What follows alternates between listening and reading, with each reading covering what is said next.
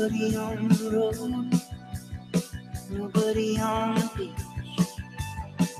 Feel it in the air, summer's out of reach. Empty lake, empty streets, the sun goes down. Driving by your house, though I know you're not home. I can see you, bright skin shining in the sun.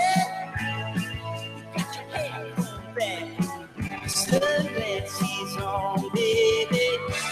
I can tell you my love for you will still be strong after the boys of summer have rolled.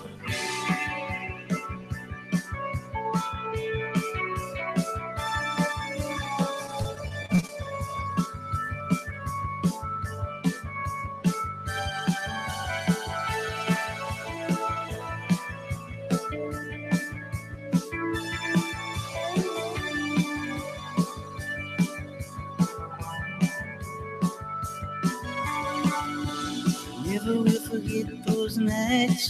I wonder if it was a dream. Remember how you made me crazy? Remember how I made you scream? Now I don't understand what happened to our love. Baby, I'm gonna get you back. Gonna show you what I'm made of. I can see you, bright skin shining in the sun. I see you walking real slow, smiling at every word. I could tell you my love for you would still be strong after the boys of summer have rolled.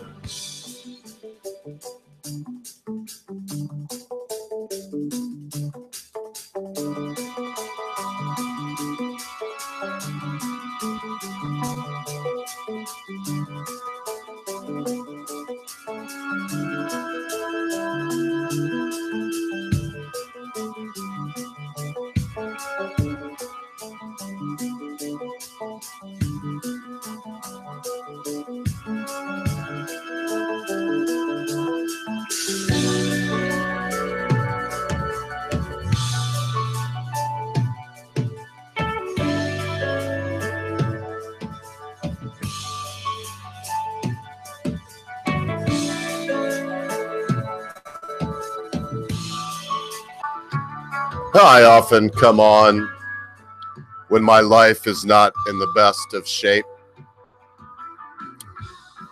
I've prided myself in sharing with you the things that hurt me the most. It's one thing to be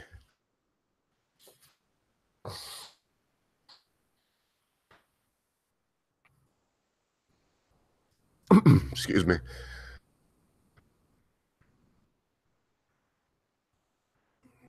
It's one thing to be the proverbial man. To say that you'll be able to stand strong and stand firm no matter what happens. To be able to compare yourself with all the other animals on earth. And to say that I am the venerable human. I am the only one capable of self-sacrifice and self-denial. I am the only being on earth. Excuse me, this is tough for me, folks, but I want to share this with you. I've had a tough day over the simplest of things. To say to yourself, I am a human being. Our lives matter. Black lives matter. Blue lives matter. Our lives matter.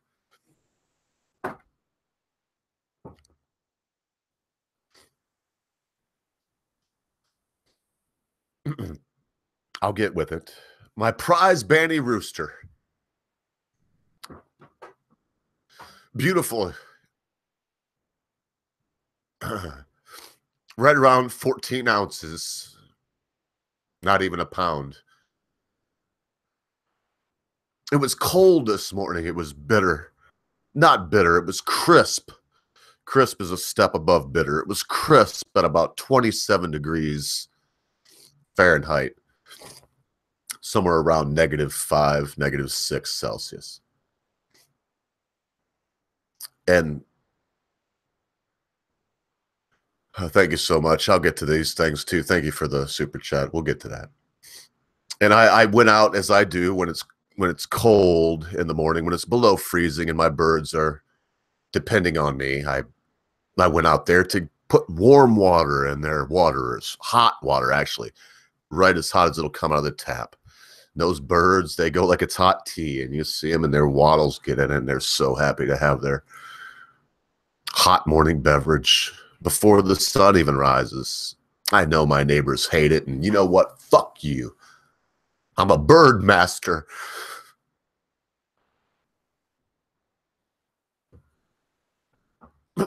They depend on me.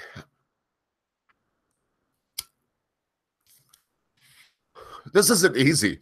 For anyone that ever would think that I have no heart, I could have picked a better time if I wanted to show that.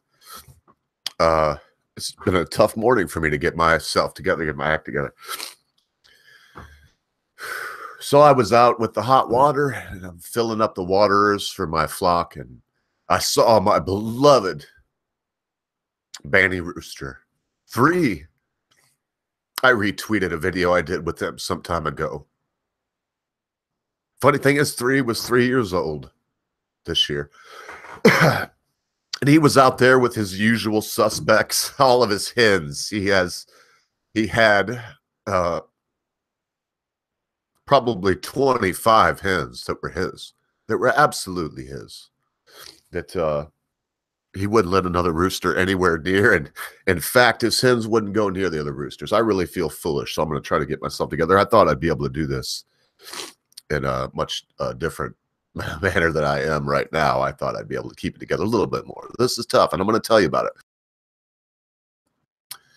So as I was watering the big coop, is what I call it, where probably 75 birds live together, I looked out into the field, and there's 3 with his hens. And man, out of the corner of my eye, I see this black death.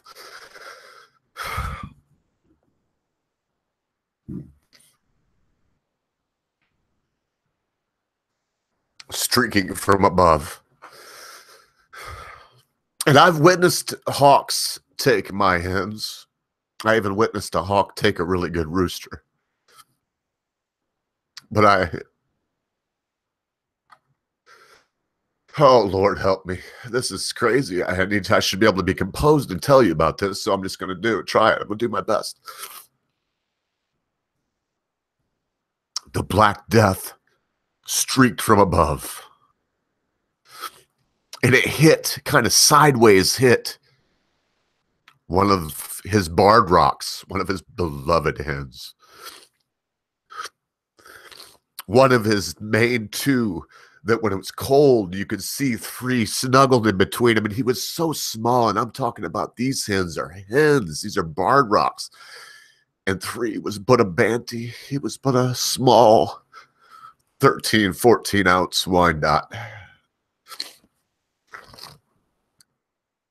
That hawk made a foul swoop, and his intended target was missed by mere inches.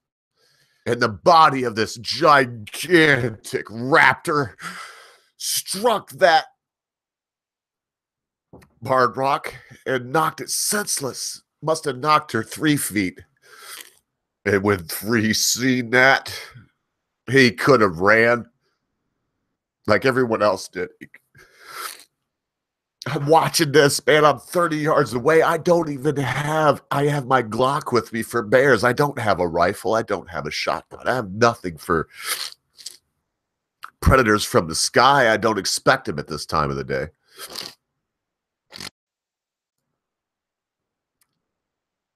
And when 3 seen this atrocity, when he's seen the audacity of another bird taking liberties with one of his hens. He did what he does. He did what he did. He puffed himself up to his entire 10-inch height. That's with his neck stretched out. He swelled himself up to his entire 14-ounce girth. I'm sure I'm giving him an ounce or two to his favor. And he flew with all of his might, feet first, flying he was. Bakak! That was the last thing I heard him say. Bakak! He spurred that hawk twice. Really good ones, man. The first one, man, the hawk jumped. And it was on the ground at this point, and it put its wings up.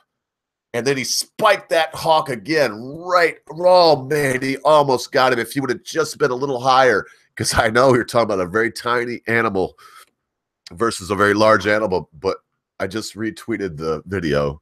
You could see little 3 had 1-inch spurs, and he was very strong. And if he would have got that big hawk in the throat, it would have been over. I would be showing you a dead hawk now and saying, well, look at this. What a mistake he made this morning. I'm so sorry. I've been holding this in. I'm not the kind of person. I thought this wouldn't even bother me. I wouldn't even lie. I've not dropped a tear. I've not shed a tear. Well, when it happened, I did. I buried 3. I buried, when I say 3, I buried what was remained of him on the ground. I couldn't leave his feathers there. I took some of his best feathers for my own self.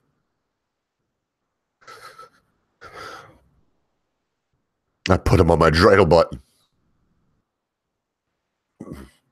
He'll be remembered this Hanukkah. So anyway, this is probably so stupid to y'all. I'm so sorry. I appreciate you indulging me. I don't have a therapist to go to, and I just lost a good friend. So I watched this happen. 1, pa-pow, 2, pa-pow, and I'm thinking to myself, I'm starting to run over there. I've done it once before, and I actually scared a hawk off. Luckily, I didn't get right to him because he would have torn me to shreds, but I started to run over there, and it was just too late. The hawk, when his wings were like this, he kind of put them back and lifted his talons up, his giant talons, each one of them all-encompassing for the mighty 3. Each one of them talons of death and destruction. Each one of them a Moab. Each one of them a hydrogen bomb, if you will. It was perfectly engineered for his eradication and destruction. This may sound crazy to you, but I marked that hawk. Now, I've killed 5 of them this summer. And I marked that hawk. They all have distinct, this was a red-tailed hawk. They all have distinct patterns, and this was an old hawk. This was a big old male. And he had a lot of white on him. I've marked him. I've seen him. I know who he is. If I see him again, and the ogre has his long gun, 3's revenge will culminate in my trigger finger and manifest itself in 120 grains of lead, and I will kill that hawk.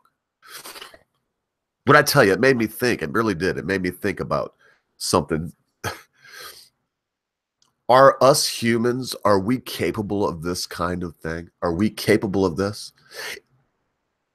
I want to hear from you. I know there's not too many people here. This isn't planned. I just popped on. It's early. Usually any stream I do is much later. Are we capable of it yet? Is anyone left on earth that would willingly throw their lives away against insurmountable odds as my rooster did this morning?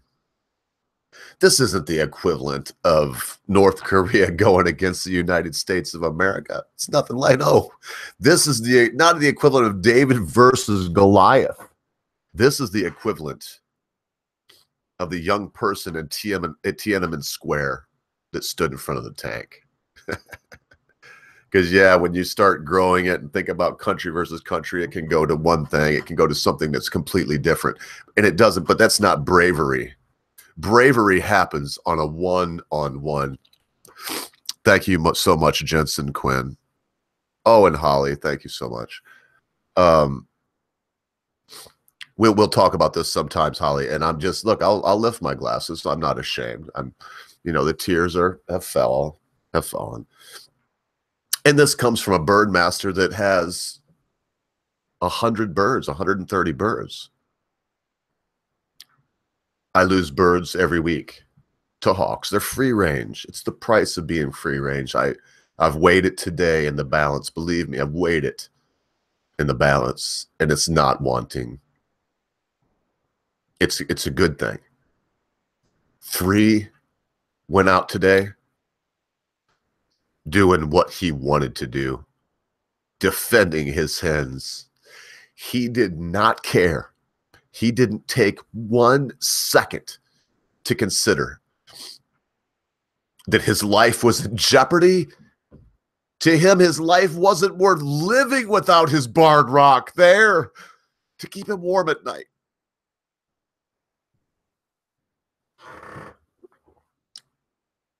My God, have we devolved to be less than the beasts? Is that what it is? Has the right, has the left, has Antifa, has the alt-right and all these maniacs, have they proven to us? No more apologies. It is what it is. I can't believe it. He was one of my best friends. This little bird.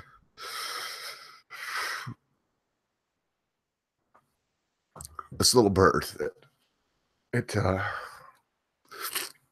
You may not be able to understand because, as I've said, it's a bird. It's not a human being. It was just a little bird. But that little bird, what a lesson he had for us. Oh, the British are he did very much a 3-like act recently. I got to get off of this directly because I want to tie this in and I can't keep seeing this. I wanted to relate to you all and for posterity what happened. I wanted to tell what happened to my bird, what I witnessed. The valiant, selfless, heroic acts of one tiny little feathered reptile. My wife and I, we're going to be better off because he would attack us, man. I mean, he was so mean. He was so mean. The roosters, I can hear him now.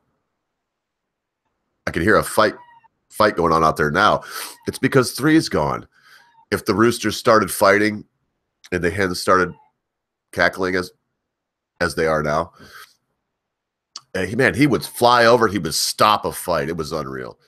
Am I left to believe that the valiance, the valiant, gallant, heroic effort that my bird made, am I left to believe that it's only in birds to do this? Is humanity shriveled and gone? Is there nothing left? Is there no empathy? I don't want to make this about me, but I'm going to give this to you from my standpoint. I have been mistreated so ruthlessly at the hands of people that slightly knew me. And I wasn't prepared for it here on this platform. I'm used to the real world, and it's a little different, not much, but a little different. I at least know how to navigate that. I'm learning how to navigate this. Is the valiance gone? Is no one left that would be willing to give their life?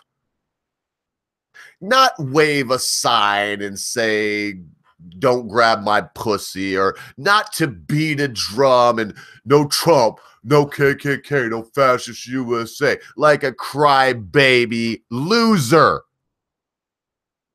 And that goes for, I didn't see it when Obama, and it goes for anybody like that. All the way from Occupy Wall Street to the Tea Party and everywhere in between. Crybabies.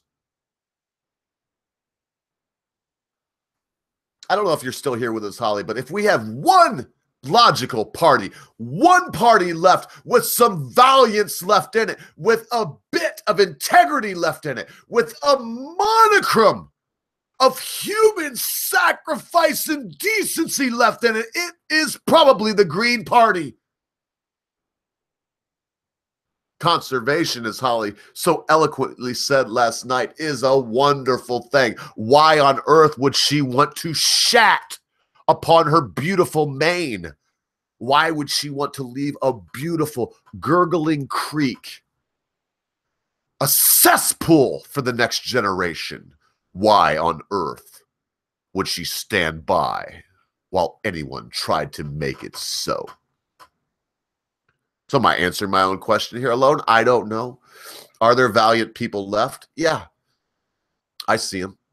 As much as I tooted on the Britishers' horn, I'm going to toot Holly and the Common Sense guy's horn for just a second, if I may. The Britisher just put out a wonderful video talking about the insanity that can come up and crop up and grow around folks like Alex Jones and InfoWars and Paul Joseph Watson. I don't care. Look, if you don't like what he said, you don't like it. Don't attack the man because he can't sit there and cite chapter and verse out of the Illuminati manual that would stack floor to ceiling in my room here, and I have 14 feet ceilings. Why? Man, I might be getting a little adamant. This stuff is weighing on my mind. It's weighing on my heart. It's weighing on my soul. Human empathy is going out the door. It's what book did you read, Holly? What lecture did you attend, Britisher? What school did you go to, Common Sense? We don't care about your ideas. We're not going to take a chance or time or a little. We don't have an inkling of care to give them a good, thorough look. We're going to attack you, Britisher, because you said you thought and you felt. Oh, good God, Common Sense. You have thoughts and feelings. You should fucking die. Good Lord, have mercy, Holly. You have a mind of your own, and you just happen to see the connection to the city of London with all the evil that we see in the world. You happen to understand that we have the military might manifested in the Pentagon. We have the religious might manifested in the Vatican. And we have the financial might manifested and obvious in the city of London. Yeah, maybe we're crazy, but that's the facts, Jacks. To stand up. Oh, good God, give me the strength to be as my rooster. Lord, if you're there, if you hear me, give me the strength to sacrifice myself for what I love. Give me the fortitude, the celestial fortitude to never waver in the face of adversity. If that adversity threatens those things that I love and I believe in and that I hold fast to with all my heart and soul. This lesson my little rooster taught us today is paramount. There's nothing else. I want some warm feelings. I've been intentionally not looking at the chat. I see Holly sent a couple more and some other people, but it's because I want to get, everyone here knows me by now. I have a tendency to stutter and stammer sometimes, not like, but what I mean by that, it's not even stutter and stammer. I have a tendency to hit all over the target, to start an idea and not finish it and move on to another, hoping that people got the gist of what I started to say, because I'm long-winded, because I've always had to make an apology for how long I talked. Well, that's maybe because I'm a hermit. Maybe because when I'm not here with you people, I'm alone. Mrs. Ogre works 12-hour shifts. When she's here, she's a solitary person herself. We live in the same house here, but we spend little time together. The time we spend together, you'd think that we worked on different continents. There's little time left. So this lesson, I'm going to get into something else. And thank you so much, Tulip.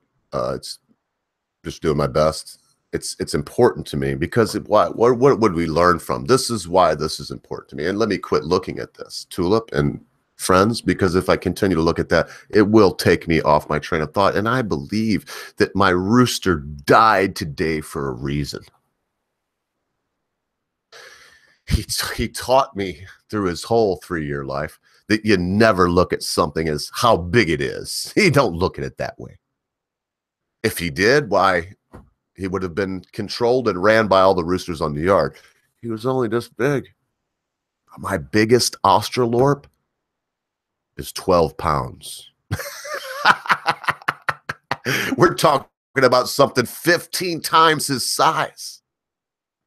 And again, it's equivalent to the young man in Tiananmen Square facing that tank. He taught me something. He did not give his life up for nothing. I love to troll. Being around the Britisher and the common sense guy and getting into this thing that we do now, I've started to realize that there's things I have to leave off because Little 3 was no troll.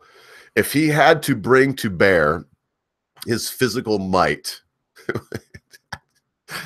oh, Lord have mercy. If he had to bring to bear his physical might, it would be because it was begged for, it was asked for, it was given to those that needed it and wanted it and desired it and, again, begged for it. He'd give it to him. He was not menacing. He was just a tiny little, I mean, we're looking at like a bluebird, excuse me, a cardinal sitting next to a chicken. That's what it looked like. There's things that I need to leave behind that don't seem as valiant as this thing. And please bear with me. Listen, lend me your ears. More importantly, lend me your mind. Please follow, track with me, if you will. Understand what I'm saying to you.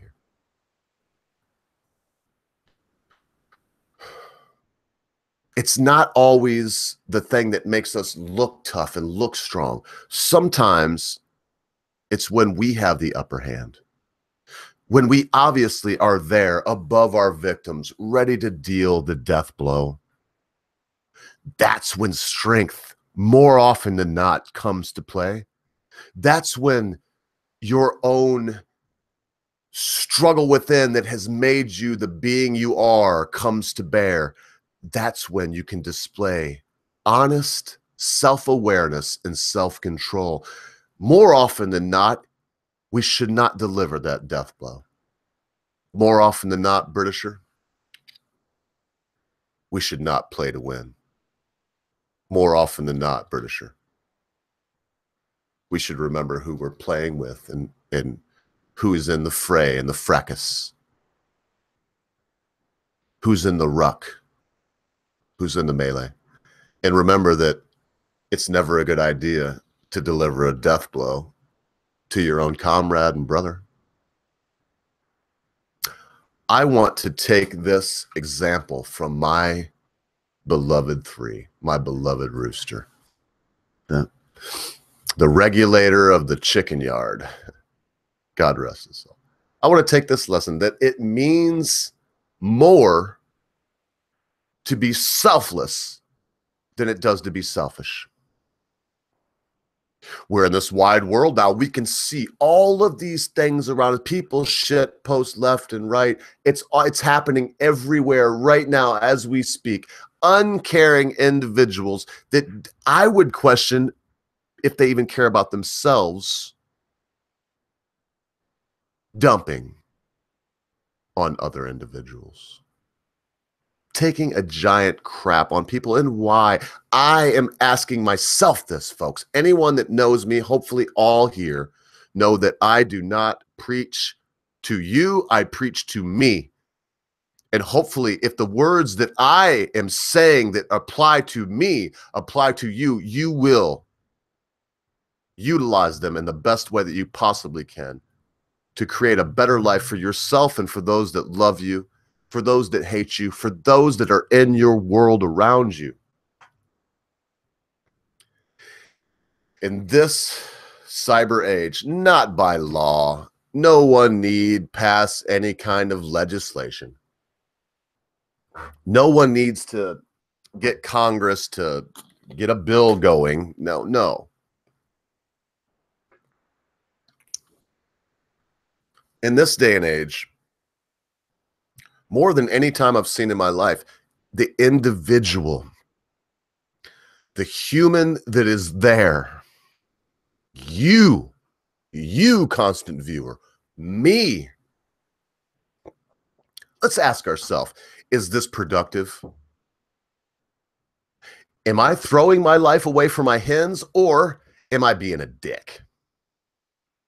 Is this fruitful? Am I making a point to this human being, or am I just trying to further my fuckery on Twitter? Again, no, I'm not gonna say it again. To me. I did notice Blackmore was in here. Blackmore was in here earlier. I'm gonna send out one link. I really would love to hear from one human being. They know who they are. I'm not gonna say their name out loud right now. And why? Because this is a serious topic. Serious, not like a cure for cancer serious, but serious as in this is what we all need to look at and realize. This is what we all need to take time to see if we are guilty, not guilty, compliant, complacent, if we're helping to end this or not. Again, no legislation needed. Adam and his apple, what up, brother? Great stream here. I just watched your stream. Wonderful stream. Oh, there I am. I'm obviously falling out because now Adam's here and he's such a stud. I don't want him to think I'm a pussy because I lost a little bird. I couldn't hide it, folks. I got ready for this. This has been a while ago that I planned for this, a couple hours ago, and by the time I got here, I couldn't even be tough and not shed a tear. I found myself weeping like a 15-year-old girl stood up for homecoming dance, you know? And why? Because it's not only because I lost my rooster. I want to say it again. It's because of the valiant way I seen him pass on. Now, there he is, common sense guy. I think that you may have had a sock account in the dealio out there, so I'm thinking that you may have heard what I've been saying. I would really thank you so much for coming by on your day off, common sense. First off, let me start that way. And I would really like to hear some common sense input on this idea of a selfless inventory of oneself, and to really take the time to realize that what we do impacts people in the world positively and negatively.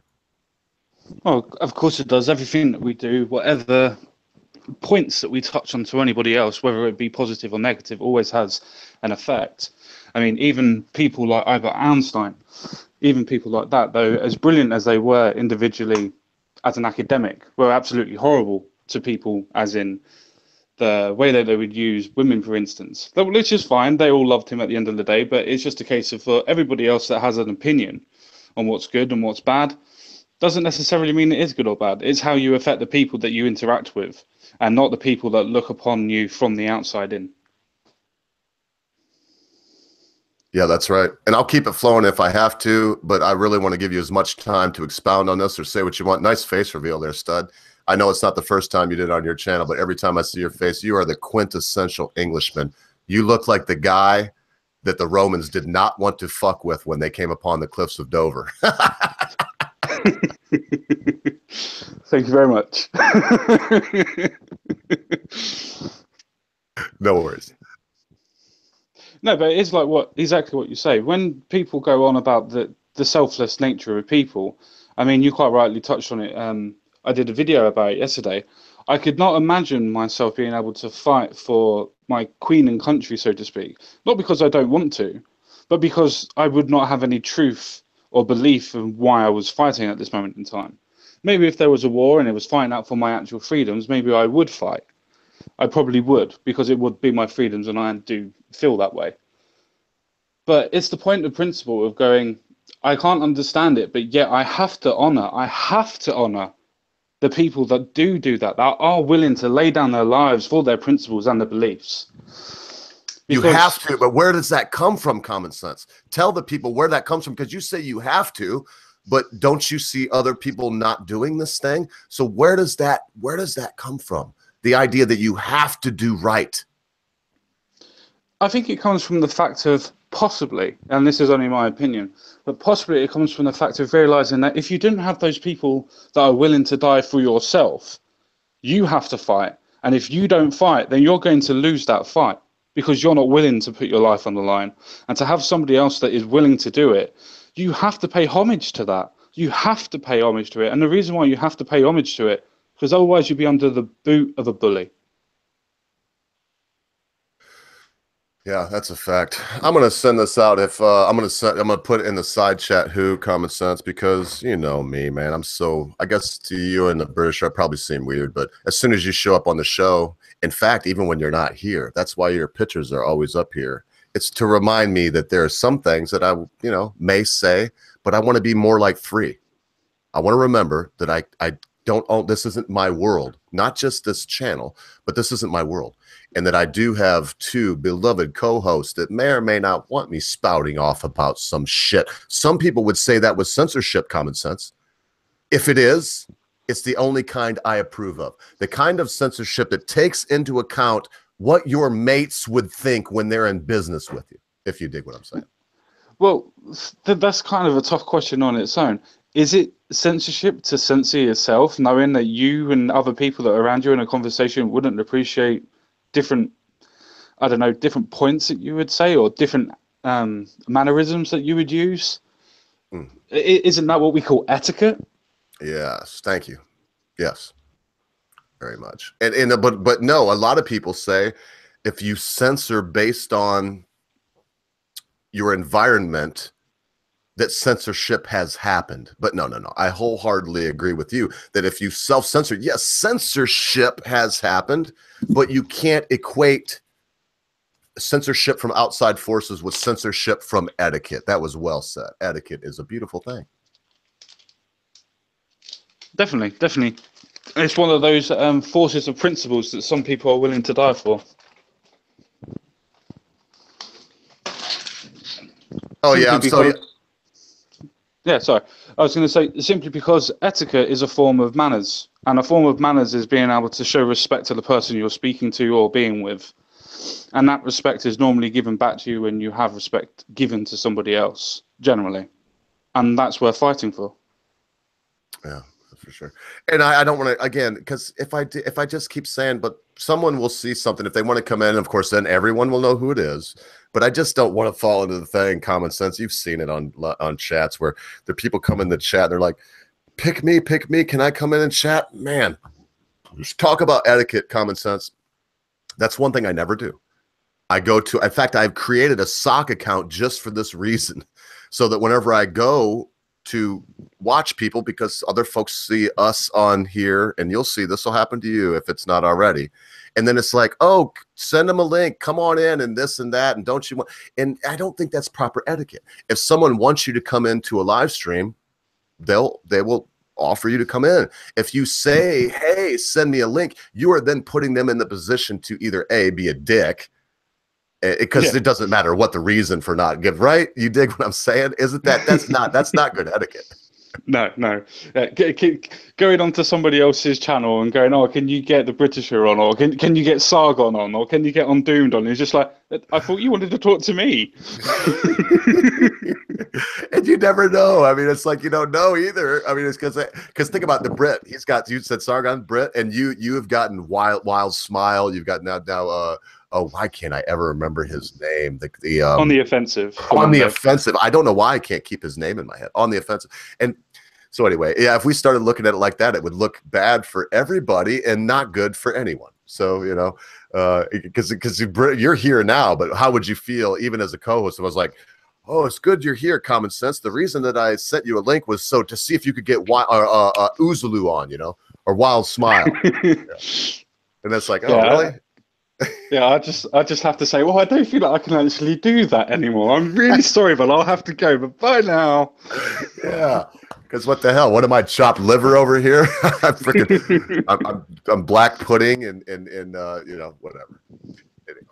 No, it's so good to have you. I do believe that. Hi, Ain't Jack. Good to see you. Of course, Adam's Apple. All of you that have said something, and I've got it very quickly here because and I want to mention something while you're here too. Common Sense. Thank you so much. Point Creation. My eyes, and it's a wonderful $2 super chat earlier before you got here, Common Sense, and it says you're a good human being, Ogre. Sorry for your loss. I don't know about I'm a good human being, but thank you for saying you're sorry. I'm not sure that any of us are really good. We can only strive to be good.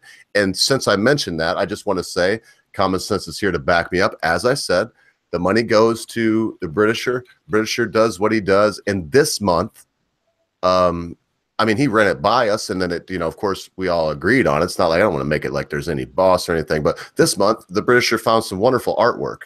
And what you folks have done for us this month is you've allowed us to have the artwork that you see on your screen right now.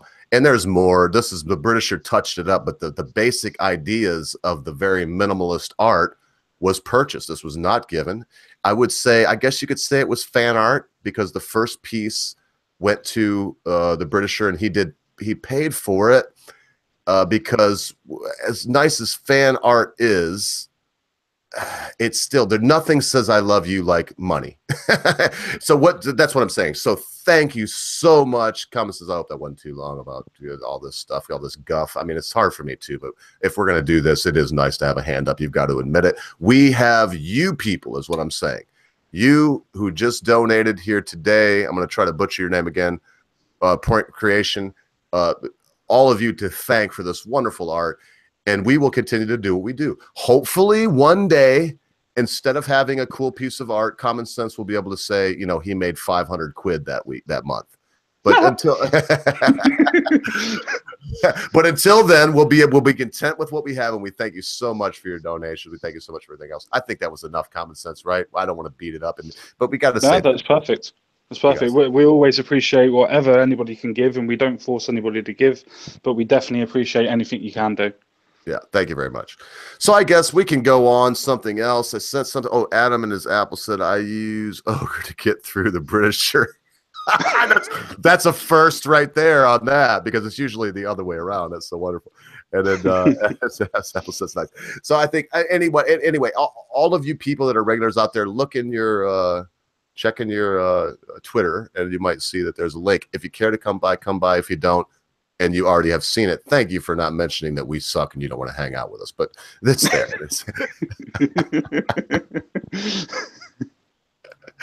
So what's new? I kind of want to move on from this. I think I made my point.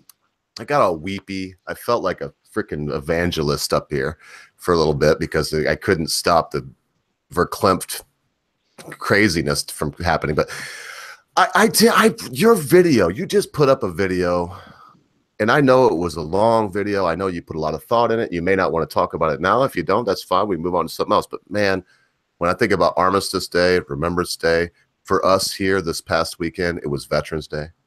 Yeah. When I see your queen, I never even really asked you what you think about her. I love your queen and respect her to the nth. And I look up to her as the premier monarch in modern history. When I see her passing the torch onto her son, and the up close picture, you can see the old girl, man. She's not joking. There's a tear there. Especially considering that she worked so hard and people that she knew died in the war as well, which a lot of people don't realize. That she trained as an ATS mechanic. Yep. She was actually working in the Second World War. So she actually did her bit. Yeah, she wasn't deployed overseas or anything, but she weren't in the bloody palace or anything every day. She was out doing the mechanic work. Oh, her sister. They tried to discourage that. Thank you so much, Adam and his Apple. We'll keep saying thanks, but he said, I hate art. Here, buy some more. And we're going to continue on. So when you look at that, because now I know you give me a little window inside of you, and I really want, there's no timer today, Common Sense. Please give us yourself. You know, you're good at this, as much as you don't like me saying that. I'm sure you're good at it. You're good at soliloquizing. You're good at getting a point across. You're good at erudition. You're very good at it. So when you see this, and some people say we need to forget Flanders Field, what you know, what do you have to say to those people, and why shouldn't we forget? Take your time. Well, for people that say that we should forget things like Flanders Field, I don't want to swear, and I know it's not a normal thing, so it doesn't matter too much on that aspect, but I don't have any time for them. But I will explain the reasons of my points for this, simply because you're using your freedom of expression to be able to express to yourself and to other people that you don't like something. Well, if those people didn't die for you to be able to express those opinions, you wouldn't be able to express those opinions in the goddamn first place. So at least show some of the respect to people that you don't even know, but somebody in your past, somebody that you've known, somebody that has something to do with you, or have somebody that died in the First and Second World War. Show them at least a little bit of goddamn respect by saying, I will remember them for 2 to 3 minutes in my own personal way. Yeah, and I just want to read this to you to prime the pump some more and get you to really, I mean, because I want to hear from you why it's important. When your readings, the thing that you did, and I love your videos, mate. You're very, even a lot of the times, this last one you did was the shining jewel on your accomplishments thus far where videos go. It really was. You had me weeping. The end, the taps at the end, the whole 9 yards. But so here's something to you from Welshmere Stories. It took me a moment to think about Common Sense Guy's video. I don't think Common Sense Guy is wrong, and I think the Guardian article is shiting. It's stupid. Yeah. I still think that we should not only remember the good things we did, but I'm thinking he's saying also the bad things. So I want to try to put this in a question to you. Do you think that remembering Flanders Field, I mean, that was so, brother, the way you played that, I'm watching this and I'm listening. The person that you picked, that, oh man, I mean, you're there dying in a trench, aren't you? You're there. It's the reason why I picked it. Yeah, you're looking at the sky as your life ebbs, and you realize that you're one of the dead now. And that we all will be there. We all join. That's one thing we all have in common. No matter how rich, how poor, how white, how black, how indifferent, how concerned you are, we all join hands in the grave, in that great nothingness of the abyss. So if that was enough for you there, why? There you go. I mean, I want you to answer that, Welshmere Stories. Well, that's the reason why we have to remember. It's not just remembering the dead, it's remembering the wars, and the reason why the wars were taking place, and the reason why we have to remember that they all died. The reasons why the ground's so churned up that not even grass would grow on it, and the only thing that was hardy enough and strong enough was the blood of the blood red poppy. Hence why we use it so much. Those are the things that we have to remember. The fact that people are willing to die for us, the fact that we're having people that will fight wars for us. Whether you believe in the wars or you don't believe in the wars, that's irrelevant to this point. We can talk about wars at different points and individuals, but you cannot take the fortitude and the selflessness away from the people that have fought in every conflict. And that also goes for the bad that goes into the wars as well. If you have to remember the people that died, you have to remember the good and the bad of the war. That's the point of remembering a war. That's the point of remembering the fact that we don't go and do what we've done in history. We don't start these third world wars. We don't go off and start these major, massive conflicts. Why it takes so many times and so many lies to be able to tell us to go off to kill people like Colonel Gaddafi, why it takes so long for people to go off and get people into Iraq. That's why it takes so long, because we don't like the fact of going into wars, because we know that our brothers and sisters are going to be the ones that are going to die, not the people that are being goddamn sent. So what do you have to say to people? So in other words, what you're trying, I don't want to put words in your mouth. So when people say that remembering the fallen, your fallen ancestors and brothers, throughout, because Armistice Day is not, it is for World War II and World War One, but it's honestly for every fallen soldier from Britannia, dating back to antiquity, for before the Rock of Gibraltar, when Julius Caesar came there. All of your ancestors that call from their graves. Well, let me just clarify that point. Armistice Day, which is actually November the 11th of every year, is only remembering the Armistice Day for First World War. Right. Our Remembrance Day, what you would call Veterans Day, the second Sunday in November, that is to commemorate every war. That is to commemorate everything that's ever happened, and that goes for civilian as well. Civilian, man, woman, child, everything. The fact of the evacuations, everything's remembered.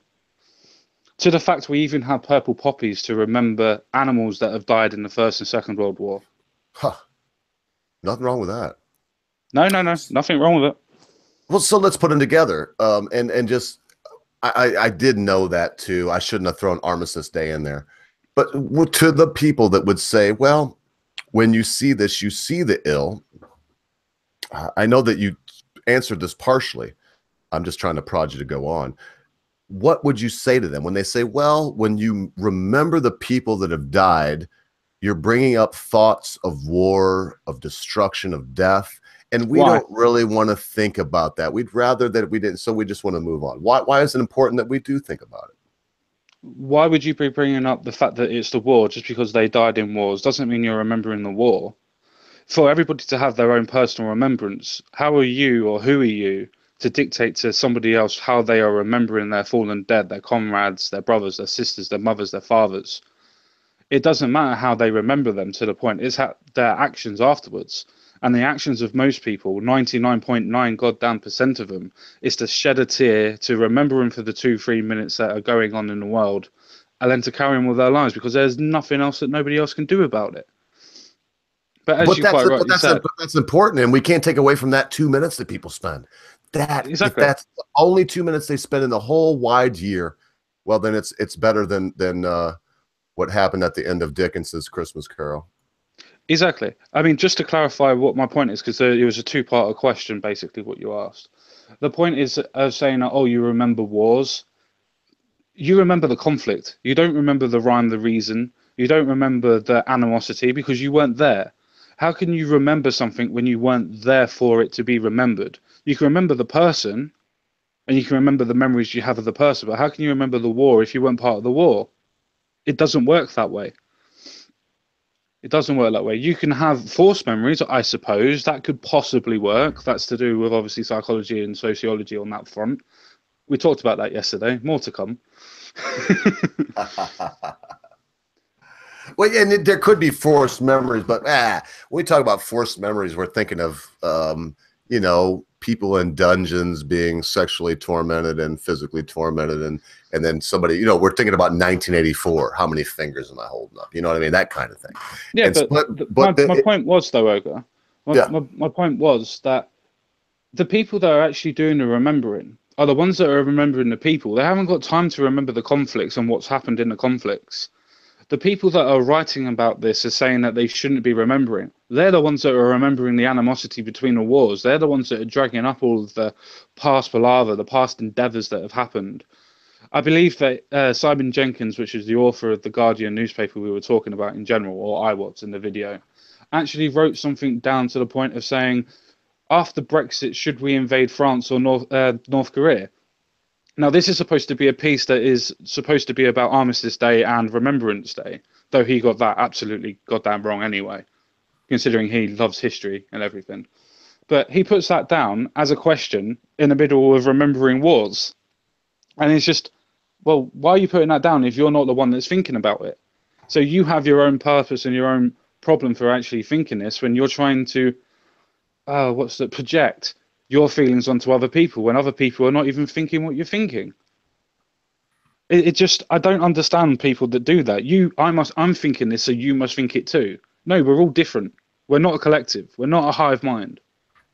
Nope. No way. Oh, I'm not muted. I'm back here typing and mumbling. No, we're not a hive mind. In fact, I would say the people that push for that idea. I don't know, man. They're all commies. I'm trying to be a jackass about it, yes, but they are. They're all commies, common sense. And how often do you and I run up against Welshmer stories, commies in the world? Well, that's the thing. I absolutely love talking to Welshman stories, the same as what you do. I absolutely love talking to stories because it's a different point of view. Why'd you bring him up? Why'd you bring him up? Oh, no. Because you said commie. Oh, I'm sorry. Oh, yes, obviously. Carry on. Sorry. But I absolutely love talking to Watchmen simply because it's a different point of view. As I said, I don't want to be in an echo chamber, same as you don't want to be in an echo chamber. The different points of view actually broaden my horizons and make me look at a different point of view. I may not necessarily agree with Welsh Smiths, and as he well knows, 90% of the time I goddamn don't. But that 10%, that can change my point of view on something because I have a skewed point of view at that point. Because somebody's told me something and I haven't got the full picture, but yet he's provided me information that changes my mind on something. And those are the conversations that I was trying to allude to yesterday when we were talking with the Britisher. This is the point that I was trying to get to. I hope it's obvious to everybody too why I tied this in after my weepy kind of faggoty. I tried my best, common sense. I really did. And I thought I was ready, but in honest truth, I guess because I'm not used to doing what I just did, to talk about something painful right after it happened, I just found out is harder than you might think. But there's a reason I tied the two. Can I tell you a quick story? Please. I was with my dad when somebody who knew for a very, very long time passed away. And I didn't see him shed a tear. Not one tear. He was sad. I'm not saying he wasn't sad, but he was reflective more than anything. He wasn't crying. We took our dog to get put down, and I have never seen my dad cry. And at that point in time, when we got back into the car, after I was left to hold the dog in my arms after he was falling asleep, which still gets me a bit choked up now. I went back into the car. I told Dad that he's gone, and he started whacking the steering wheel. And he was crying, saying, I didn't want to do this. Because unfortunately, sometimes with animals, you know that it's their time, but nature hasn't taken them yet. And you have to force that issue. And in that point, me and Dad were playing God. And in that point, it got to him, and it got to him hard, and it got to me hard as well. So I think that animals, depending on the person, obviously, but I think that animals get into our hearts more than what other humans do. Well, much more. Much more. And I think I know why. My opinion on why is because, and I'm not, just hear me out. My opinion why is because your father, as much as he loved his friend, we're humans, and humans can be devious. We're inquisitive. We're cunning. We're aggressive. And as much as we hate losing a human, we can file that away as well. All of us humans live a life. We do our deals and we die. When you have this animal that you loved and he's in your arms and it's passing away because you, as you said, played God, which may or may not be true. It's just the way you felt about it. When I see my rooster die, we look at these animals and we can't assign human tendencies and, for lack of a better term, evil on them. So it does. It's at times, common sense guy, it hurts more. It hurts more. Well, yeah, you touch on quite a pungent little subject there. To the point where we would always assume the worst in somebody because that's human nature. We don't naturally assume the best. We always assume the worst, and then people have to prove our worth to us. That's why we always say trust is earned and not given. So when we look at an animal, we always look at the animal and go, no, that animal loves us wholeheartedly because that animal's coming up and not biting us and sleeps next to us, puts its head on our lap, cuddles up to us, it puts its old trust into us, it rolls over on its belly and all those sort of good things. And you know the animal loves you wholeheartedly, unconditionally, will put its life on the line for you, barks every time the door rings and everything else like that, ready to attack whoever's going to come through that door, so to speak. And you know that animal loves you. But with a human, I don't know why. I don't know why it is. I can't explain why. But you naturally assume the worst in them. Even if you want to see the best. No, you always wonder. You always wonder if they love you or why they love you. Yes. Because we see patterns and we want to know, and animals just aren't that way. When an animal comes to you, and this might, but where are we getting crazy comments? But the fact of the matter is, when your cat comes to you, you could have robbed the local bank. You could have killed 15 children on your way out, shot the local vicar in the face, pissed on the church's doorstep, and defecated on the cross. And your cat don't give a shit. Your cat's just gets like loves you and don't care what you've done. Yep, just curl up on your lap and fall asleep. Yep, don't care. And just so glad to see there's common sense and dad's home and no worries. So I do believe that it's easy for us to ascribe the evil of the world to humans. And I don't like to use that word, but what better word? Well, if you think of it from I suppose, a logical point of view, if you were to take humanity off of the planet would probably be in a hell of a lot better condition than what it is now.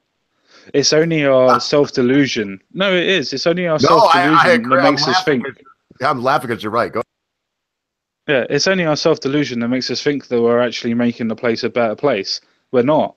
We're overpopulating the world. We're absolutely doing some form of damage with at least the cities and taking away civilized places where animals can go and everything else like that. And the cultivation of farms and everything else like that. That's also taking away places for animals to go and stuff like that.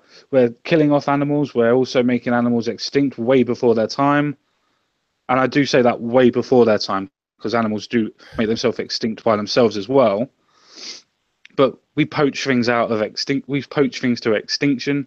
Even nowadays, we're still poaching things and still don't even understand that we're still destroying our habitats because the circle of life is a magnificent thing. One thing taken out of balance and the whole balance is fucked on it. Oh, boom. If we lost earthworms, we'd be in a lot of trouble. If we lost ants, we would probably die. If we lose bees, which we will die. Yeah, which now there's companies, I don't know if you know this common sense, but there's companies in the United States here that the only thing they do is truck bees around to crops, corn, whatever it is. And that's all they do. Yeah, they have to because there's no bees there. And people lose the idea in their head. They just don't get it. The wind don't blow. If the bees are gone, where Joe Strummer said it the best, if you want all, if you're out to get the honey, why are you killing all the bees? Exactly. The funny thing about bees, bar arachnids, they're actually the oldest organisms in the whole, like the whole of the ecosystem. By far. I've seen that, but from what I understand is they at the beginning didn't have flying wings, but they had the. Yeah, I was looking at that the bee is right up there with the arachnid as the oldest thing on our planet. Yeah, because if you think about it logically, what other animal or insect rather pollinates any of the plants to make sure that fertilization of the plants carries on? There isn't another one. So logically thinking and historically, you would think, well, they'd have to be around for fucking ages because they took over from something, or they were the ones that started it. And we had to start with plants. I mean, we had to because we did the CO2 conversion to oxygen. Exactly. We had to start with plants. And look, you're making me sound like a daggone evolutionist now. All I will say is that mysteries. I'm going to just look, now that we're doing this, let me go in a completely different direction. I'm going to tell you something I don't think you know about me, common sense. What I think in my head, it's not what I have faith in. I have faith in something else. But my explanation in my logical mind is that there was a great disaster that happened on this planet about 6,000 years ago. So the flood. Well, no, I didn't say that, but thank you. If you think it was a flood, then science would point to it was a flood. Yes. Not even science. Every form of civilization ever always says that there's been a flood. There was a giant flood, 6,000. But I believe at the because you're not a dummy, so I'm not gonna act like you're a dummy. Good God, what is that? I'm gonna look. I'm starting tea, my friend. I'm starting tea. No. Carry on. Don't mute yourself either, because you're not like me. You'll be talking. So, the antediluvians, in my mind, they were super intelligent beings. Some of our old history says they went to Mars. That's why we still have the Martian idea. I don't know where they went, but I believe that the humans that were here before us. Isn't that what they say about the Mesopotamians as well? That they came from Mars? Well, the Mesopotamians, I have heard that, but more to the point, I've heard it with Thoth and. Sorry, not the Mesopotamians. Unaki. Yes, that's why I said Thoth. I actually, it's so weird. You said the wrong word, and I heard the right word when you said it, and I repeated the wrong freaking word. The Anunnaki. And yes, Thoth talks about there's some writings and stuff, and you can get into this. I don't want to start stuttering now, as I'm wont to do when I start talking about stuff I know a lot about, but is very controversial. That's that when you hear me do that, common sense, when I'm like, well, that means that I know what people think and what they say. But as the Britisher pointed out, I keep mentioning it too. As the Britisher pointed out, just like you did with your Armistice and Remembrance Day video, like he pointed out with the Paul Joseph Watson thing, holy crap, there's only so much you can believe or take. Exactly. And so what I believe is that there was a time before a great disaster that there was an extremely intelligent race of human beings on this earth. And that intelligent race of human beings left a blueprint to the ones that were going to be maybe, I don't even think they thought anybody was going to live, but I think they are going to come back. Common sense. I think they're going to come back. When they do, oh man, I really believe we'll all be shocked because we'll be like, wow, we thought it was going to be this way. And they'll be like, no, dummies, we're just coming back to get our planet. It depends on what you think. I mean, if we're going to go down a bit like conspiracy theory and things like that, which this isn't, but if you look at any sort of form of ancient structure, we use the Aztecs, for instance, and then there's a couple of pyramids in Ethiopia. There's also one near Nigeria as well. And they all line up completely. And they all have traces of cocaine in them, as in for the people that were working there. And there's only one place that actually grew cocaine, and that was in South fucking America. South America, where the other pyramids were, by the way. Yes. Yep. Aztecs and everything else like that. So how did they all get cocaine when there was only one place where it actually grew, ever? And that's actually categorically stated. The antediluvians. I believe we're going to see them land. I don't mean we, I mean human beings. I don't know if we'll see them, common sense, but I think they're going to come down. I hope we don't. I hope we don't. They're going to land right on them pyramids, dude. That's where they modulate to. Yeah.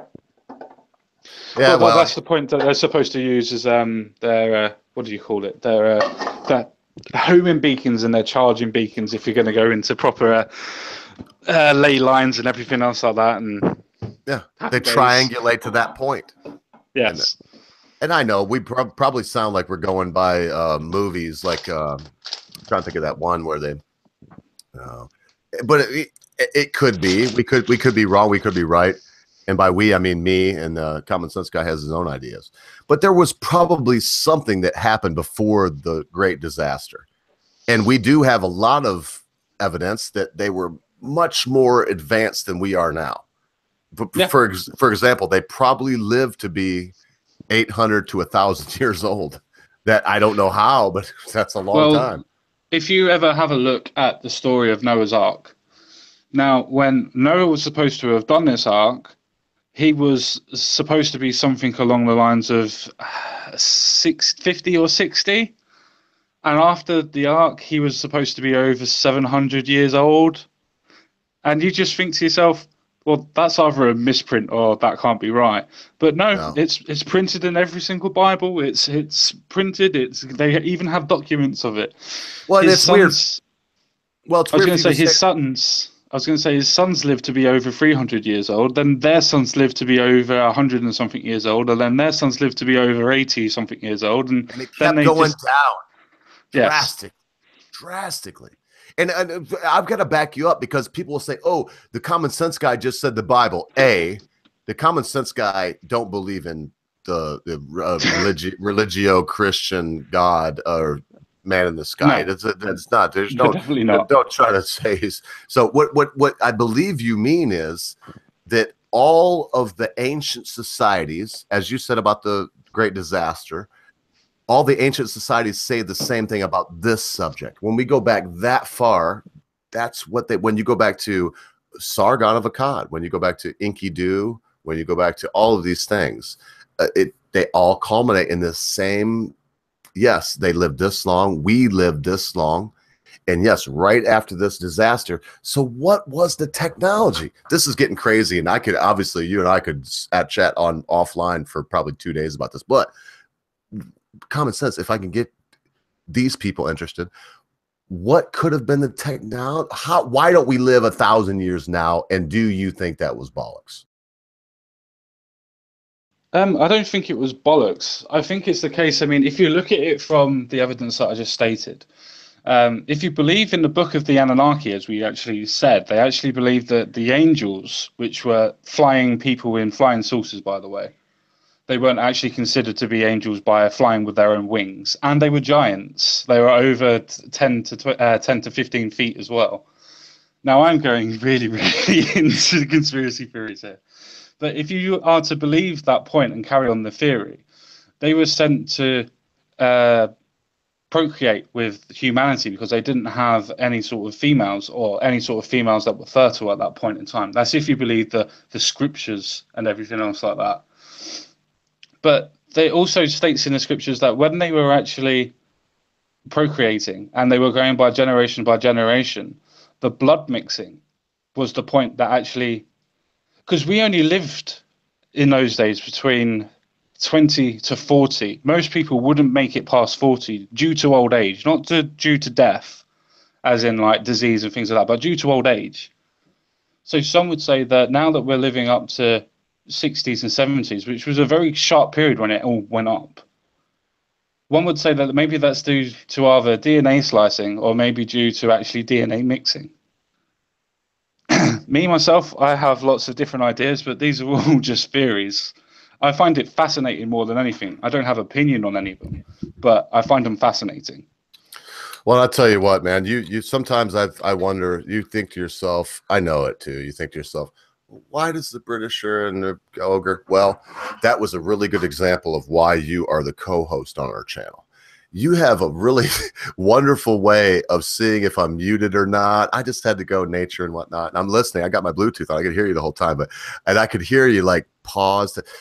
Brother, I'm blessed. Be it by God or whoever anybody believes in of their own accord. I'm blessed to have yourself and the Britisher with me. You're a second to none, man. And I'm glad people can hear me, common sense, because I want them to go check out your channel. If you thought this was a good speech he just gave, I'm about ready to send out a link. If you're not already, go sub to the Common Sense Guy. Watch some of his videos, even commentary on some really hardcore topics. Oh, well, he obviously don't want me to say that anymore. No, sorry, I'm still doing tea. You can do that. Yeah, no, I know. I'm just busting your balls. I'm telling you, I got Bluetooth in. If I had like one out, that wouldn't be. But when I got like both earphones in, it was like, shut up, ogre. Stop saying good things about me. I'm British. Go fuck yourself. How dare you promote me without me saying so? No, but so look out for it now, and he's fine with it, believe it. Just go out and check it out. Like I said, man, if you thought that last little bit of speech was good, man, go look at his channel. The Common Sense Guy, you're getting better and better and better. I never missed one of his videos, and it's not, honest to goodness, it's not because he's a co-host. He's a co-host because I never missed one of his videos. And then when the Britisher brought it up and we started talking, I was like, yes, obviously it was a very, very perfect melding. And so now I feel weird. I feel like I'm giving an explanation, and that always makes me feel strange. So I'm pulling up his thing now, and yeah. So like I said, go sub, go check it out. We probably got a little bit more time in us. I don't know where this will go. I haven't got too much more time, to be fair. I've got to do tea, otherwise the missus is going to kick me around the kitchen. Yeah. Go take care of it, brother, and I'll finish this up. That's what I was kind of wondering too, because I was supposed to pop on and just like talk about our Rooster and haul ass, but I'm glad you came by. So if you have any final words, common sense, give them to us, and then I don't want to take any more of your time if you don't have it. Personal responsibilities, no matter what you believe, fight for it and carry on. Don't let anybody tell you you can't do what you think you can. Chase your dreams. Wow, I sound like the old YouTube channel. No, but all in honesty, there is logic there. If people keep on telling you you can't do something and you feel that you can, go do it. Prove them wrong, not for their sake, but for your sake. If you think you can do something, go do it. Take it by the hand, take it with you, pull it along, do whatever you have to do, get it done. Yes. And on that note, I'll have to say goodbye because I think the missus is coming through the door, so I don't want to get her shouting. No, go. I'll ask. Bye. I'll ask. Bye. Thank you, brother. Thank you so much. And I tell you what, man, I just want to say thank you to the Common Sense guy's wife, because she's, you know, he makes her out. We all make our women out to be a little tougher than they really are. I'm sure he can do whatever he wants, but a real man, much like my rooster, would want to please his hen.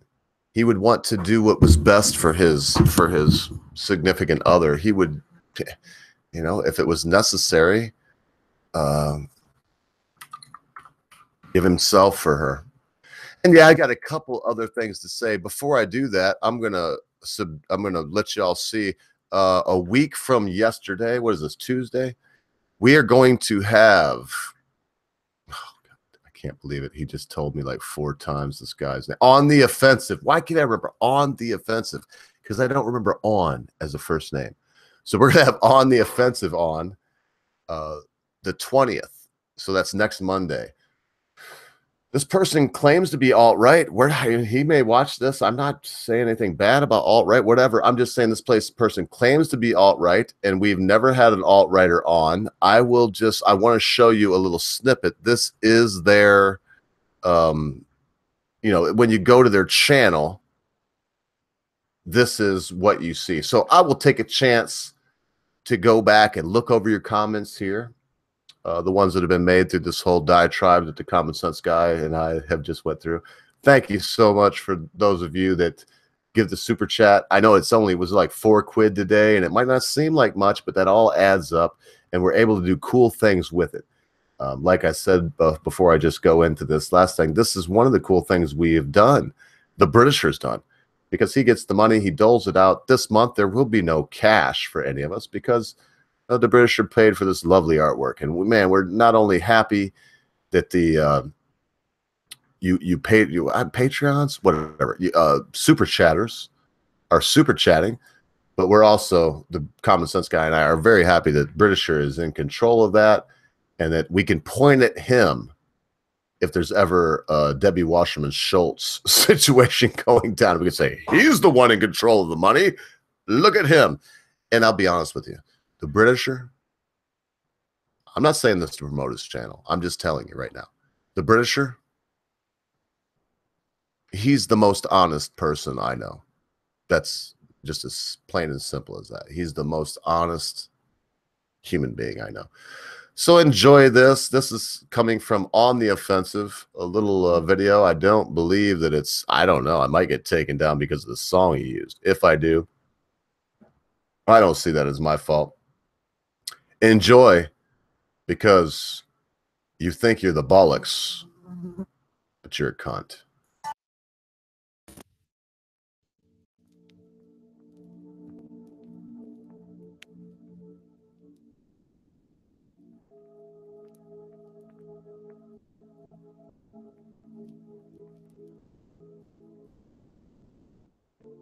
The third way we can create a sense of purpose for everyone is by building community. And in our generation, when we say purpose for everyone, we mean everyone in the world. Now, quick show of hands. How many of you here are from another country? All right, now keep your hands up. How many of you are friends with one of these folks? Now we're talking. See, we have grown up connected. In a recent survey of millennials around the world, asking what most defines our identity, the most popular answer wasn't nationality, ethnicity, or religion. It was citizen of the world. That's a big deal. Every generation expands the circle of people we consider one of us. And in our generation, That now includes the whole world. We understand that the great arc of human history bends towards people coming together in ever greater numbers, from tribes to cities to nations, to achieve things that we could not on our own. We get that our greatest opportunities are now global. We can be the generation that ends poverty, that ends disease. And we get that our greatest challenges need global responses too. No country can fight climate change alone or prevent pandemics. Progress now requires coming together, not just as cities or nations, but also as a global community.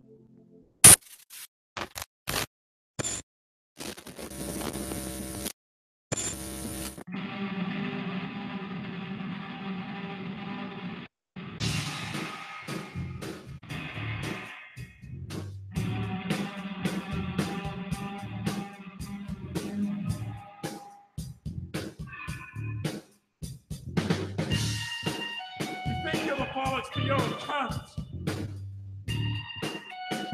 Yeah, I've been a cunt, but you have no redeeming features. And the people will tell you that you're the bollocks. They're spineless. I don't think you'd be smiling so smugly if everything was exactly as it should be.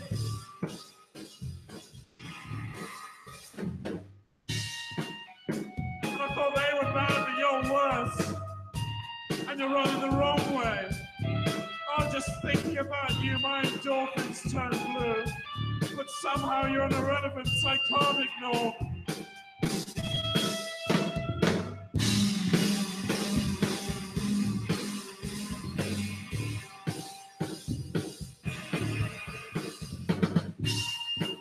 You think you're the bollocks, but you're a cunt. And now I've been a cunt, but you have no redeeming features. People who tell you that you're the bollocks, they're spineless. I don't think you'd be smiling so smugly if everything was just as it should be.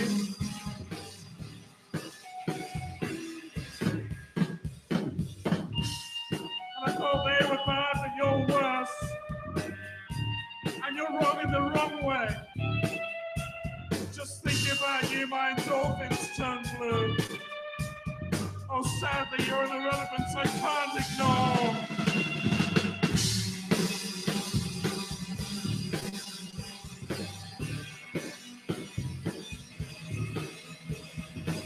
You think you're the bollocks, but you're a cunt.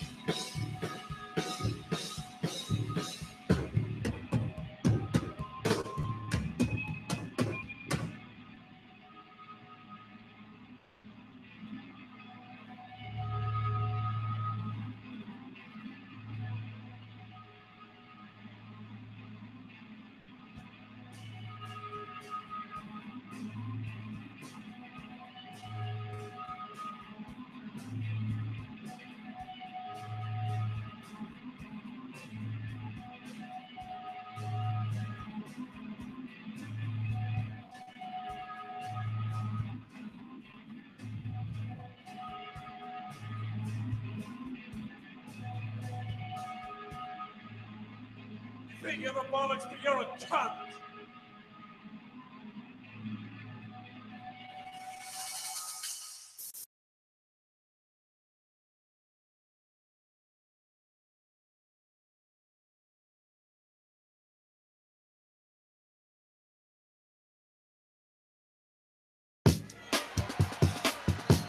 Love the flow. 69. Now it's time for new, believable people, and we must do it. If we don't control insiders, this will be over and over. To lead by an any big fat love, find common ground to halt the spread of lies, and we must do it big fat love, find common ground to halt the spread of lies, and any America first. America America first, non-fatal. We want to build a much better, believable people, and we must do it non-fatal. Communication very much higher. America first, to lead by an edit. Insiders fighting for insiders. Time to stop.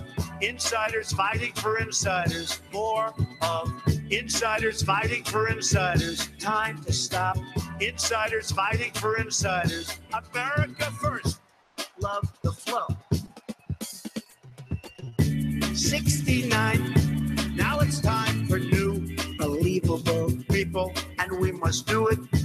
If we don't control insiders, this will be over and over. To lead by an any big fat love, find common ground to halt the spread of lies, and we must do it big fat love, find common ground to halt the spread of lies, and any Yeah. Well, I think that was a good way to shut off the music. Trump popular. And I don't mind Donald Trump. I don't mind him. Actually, I voted for him. I'll probably vote for him again. Why? Welshmere Stories. And I sent you a link, Stories. I don't know if you've seen it. I did mention your name now. I just want to give you a chance. I think actually you may have been one of the people that told me you were busy. If you are, thank you for being here in the chat. And I appreciate everybody being here, but Dutch Tulip, Welshmere Stories, Adam Nazapple, he's gone now. Oh, I can't believe I did not make him a moderator. He will be when he comes back. Everybody's a moderator here. Ain't Jack, so good to have you. You know, Jensen, Quinn, so wonderful to see you today. Everyone that showed up, not just you that have been typing. Most of you are not. I mean, when I look back at the names, there's 14 watching now. There were, I mean, we got up there for a little off the wall thing today. Oh, Welshmere's is here. I went off I thought I heard something. I went off it and I noticed that. So I was about ready to end the transmission, but Welshmere's, was there something? Did that strike you? Because I think I'll need to be ready too. This guy coming on, what you just saw, that you think you're the bollocks, but he's alt-right. I mean, he says he's alt-right. I don't see it in his videos. You don't see it in his videos? He's completely against refugees and all that kind of stuff. Against refugees. But if you live in a country that has fought hard for what it is, and you don't want people that are having problems with war as they have forever to come into your country and make it the rape capital of the world, like Switzerland. Sweden. If you don't want to make no-go zones like Switzerland, like there's all kinds of. If you don't want this, why does that make you alt-right? When I watch his videos, I did not know he was alt-right. I just thought he loved his country. Well, I mean, when you consider Sweden, for example, and that this is the major capital of rape in the world. Well, that depends pretty much on their laws. And in their laws, they declare basically everything as rape. Oh, really? So why did the number of rapes go up? Because everything... What are you going to say? Correlation? Why did they stop telling you first what their religion was and then second what the country of origin was? So now you can go by and you can look at the names like Mohammed Aslakadaka raped a chick with using the rape game at. Do you know that there are Mumford and Son will not play in Sweden anymore? They won't play there because rock and roll bands that play in Sweden, Muslims, Stories, whether you like it or not, Muslims circle around blonde white women that they've never seen before and rape them while the concert goes on. This is not my opinion. This is a fact. There are many bands. I just mentioned Mumford. So I know I'm adamant, but I think sometimes you're so intelligent, brother, but you want to live in a utopia. We're talking about real world here, Stories, not a utopia. Okay, I mean, the point is, you probably remember the incident that happened in Cologne at Sylvester night 2 years ago. Yes, sir. Yeah, and by Swedish standards, every one of these people who touched a German girl or touched a girl in general is a rapist. That is Swedish law. So Harvey And- Weinstein, according to you, Harvey Weinstein didn't do anything wrong, right? Because if you just touch a girl, I'm oh not wait, saying- no, we're talking about touching a girl against her will. Let's not sugarcoat this, brother. I'm not sugarcoating, but this is not rape. When you touch a girl and that is it, and even when it's against her will, then this is not right. Molestation. So let's look at it this way: if you were to, which I have, if you were to go through the laws in Sweden right now, and you were to look at the ones that were penetration, digital penetration, phallus penetration, and you were to juxtapose them, yes, you get a very large spike on unwanted touching, okay? But you also get a very large spike in rape. And I'm going to ask you a serious question, Welshmere Stories. Really, don't bullshit me on this, please. And be hard on me. You know I can take it. Should we blame the people there? Are they the ones? Now they say it's the alcohol there. That's the problem. And now they say that it's their people that have been taught a rape culture. Why did they have no problems with rape of any kind? No matter the definition. No inappropriate touching, no digital, no phallus rape, no digital or phallus penetration. Why do they have no problem with that? And now suddenly they do. Why would you let refugees in your country when this is what they bring? Stories. I think we are talking about two different things here. At first, obviously, I'm against any kind of sexual. I don't know how to name it. Like, what is the proper word for it? Sexual assault or what? I don't know the word. I'm against that. Obviously, there is no question about it, and that there is a problem.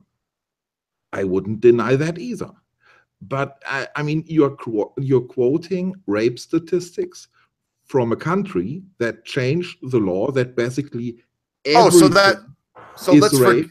No, wait a second, Olga.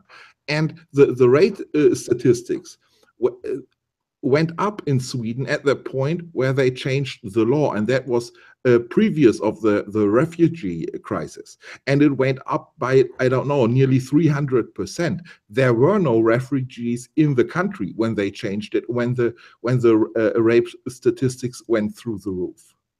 Now that's not true. That is true, and you can look it up. And no, I have looked it up. But what I mean by it's not true is the rape statistics went up after they let a flood of Muslims in.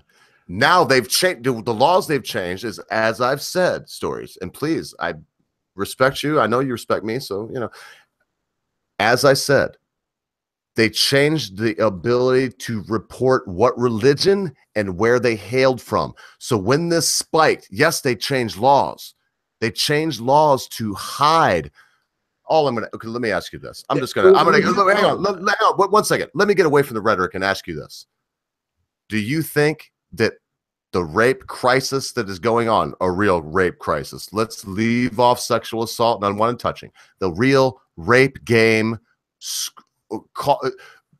do you really think that the culture that's going on is because of the Swedish people?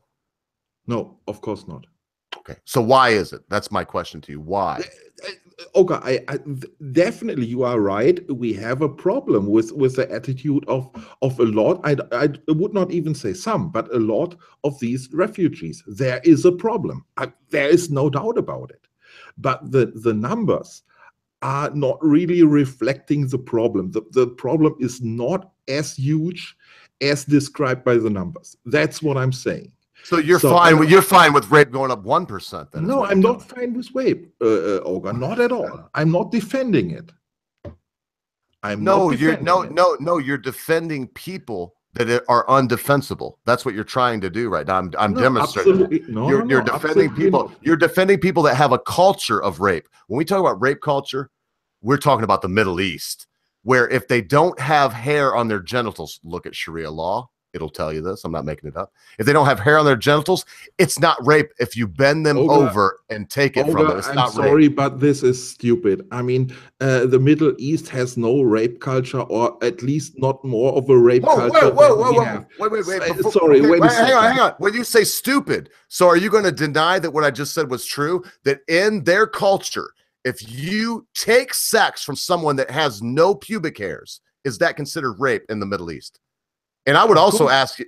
Of course it is rape. No, it's not considered rape there. It's, brother, you obviously have no idea what you're talking about. Because according to any Middle Eastern person that believes in Sharia law, that believes in the hadiths, and that believes in the Quran, you can't possibly rape someone that doesn't have genital hair because they're not a man or a woman.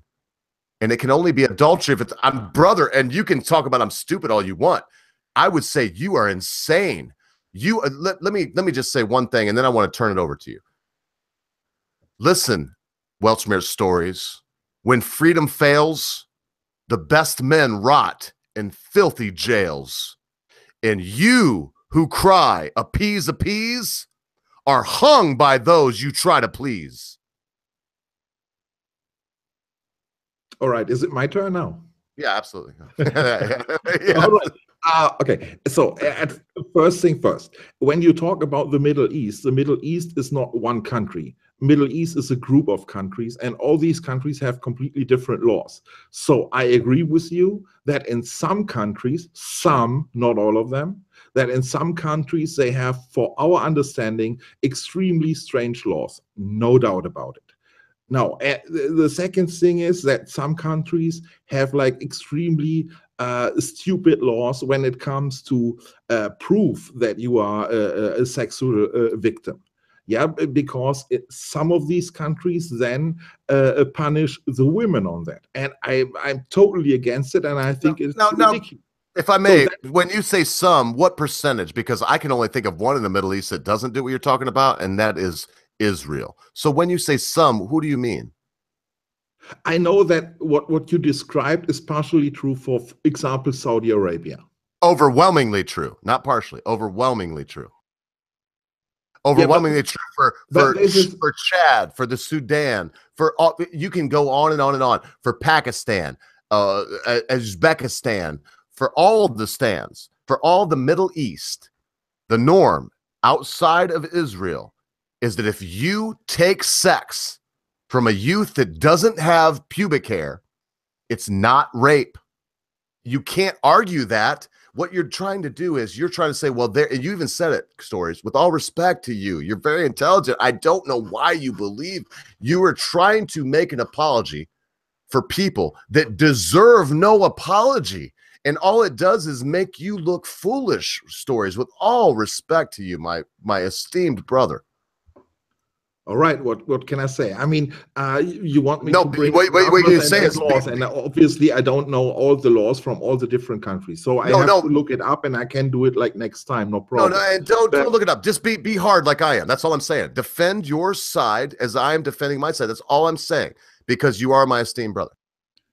Well, I mean, there is nothing to defend. I mean, you said this is the way it is, and I say I deny it. And as long as we don't have proof, there's nothing to discuss at that point. So we have to look up the laws and the numbers, and then we can discuss it. So what would you like me to look up? Sharia law and what Sharia law says? Which part of that, the hadiths? Which one do you want me to look up that I've stated is fact? I know from Sharia law it might be possible.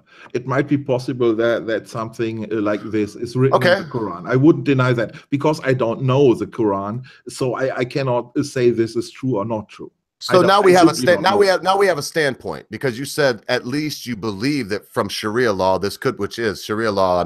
I'm quoting you, Sharia law chapter verse. So when I say this, do you think it's okay? Because you said you don't want to judge people, and no, hear me out now. I'm not trying to put you in a corner. Do you think it's okay that people, we can't judge them from where they come from? I agree with you on that. If they want to live in the Middle East and say that bending over a young boy and anally raping him with your erect penis is not rape if he doesn't have hair on his genitals, that's their business. Okay. So, but would you agree that when they come to London, Manchester, Reykjavik, when they come to these other places who do not have a culture of this, who are at the moment being accused of rape cultures, do you think that that's okay? That when they come here now to, when I mean here, I just mentioned some cities, Reykjavik, when they come to these places, and do you think then we should say, well, it's their culture, or should we enforce the laws of our countries? We should enforce the laws. I never denied that. Of course, our laws are our rules, and everybody in our countries has to stick by our rules. And it's our rules; it's not theirs. They can do in their countries whatever they like. I give a crap. But in our countries, our laws are our rules, and they have so then why in Germany do they tell young ladies not to wear? I'm told you already. I'm not being disingenuous. My daughter-in-law is German from Spangdahlem. Why do they tell young ladies? I know this. She's from there. I've talked to her. Why do they tell them not to wear miniskirts anymore so they don't get raped? Because if they get touched or fondled or raped in the rape game by Muslim immigrants that your chancellor so willingly let over 1 million of them into your country, why do they tell them that they should change the way they dress? Now we're not going on law stories. I really want to get this with you. Do you think that's okay? Do you think that as you allow, not the majority even, because you love democracy and I appreciate that about you. So why is it okay that once this minority comes in, you start to tell women that have wore mini skirts their whole life, you can't wear that anymore or you're inviting it? Is that cool? Olga, again, that it is not really true what you're saying. You are right. They are actually saying women should not dress up like this. But they are saying this essentially since the 60s, since this fashion came up. And whenever there was a rape, long before the refugees came, it was always the argument, yeah, well, the women should dress up a little more conservative, whatever that is. And I blame, I don't share this argument. I think this argument is ridiculous, but it's not a new argument. It's not an argument that came in with the refugees. It was there way long ago. Good point. Good point. Because I can't agree with that too. And I'm not going to deny that in looking into this deeply, now that you spoke some truth, I'm just going to say that now that the German conservative side of the Germans are saying this, now that it's gone up drastically and they're still saying the wrong thing, watch what you wear. Okay, I would like to bring on a statement that probably offends you pretty much. No, carry on. Go ahead. Go. You know the island Okinawa in Japan. And there is a really huge American army base. And the people from Okinawa, they are protesting for 70 years now. That there's 70 years, yeah. Almost like since after the war. Yeah, they are protesting that they are constantly raped by Americans. So this is a fact for this island.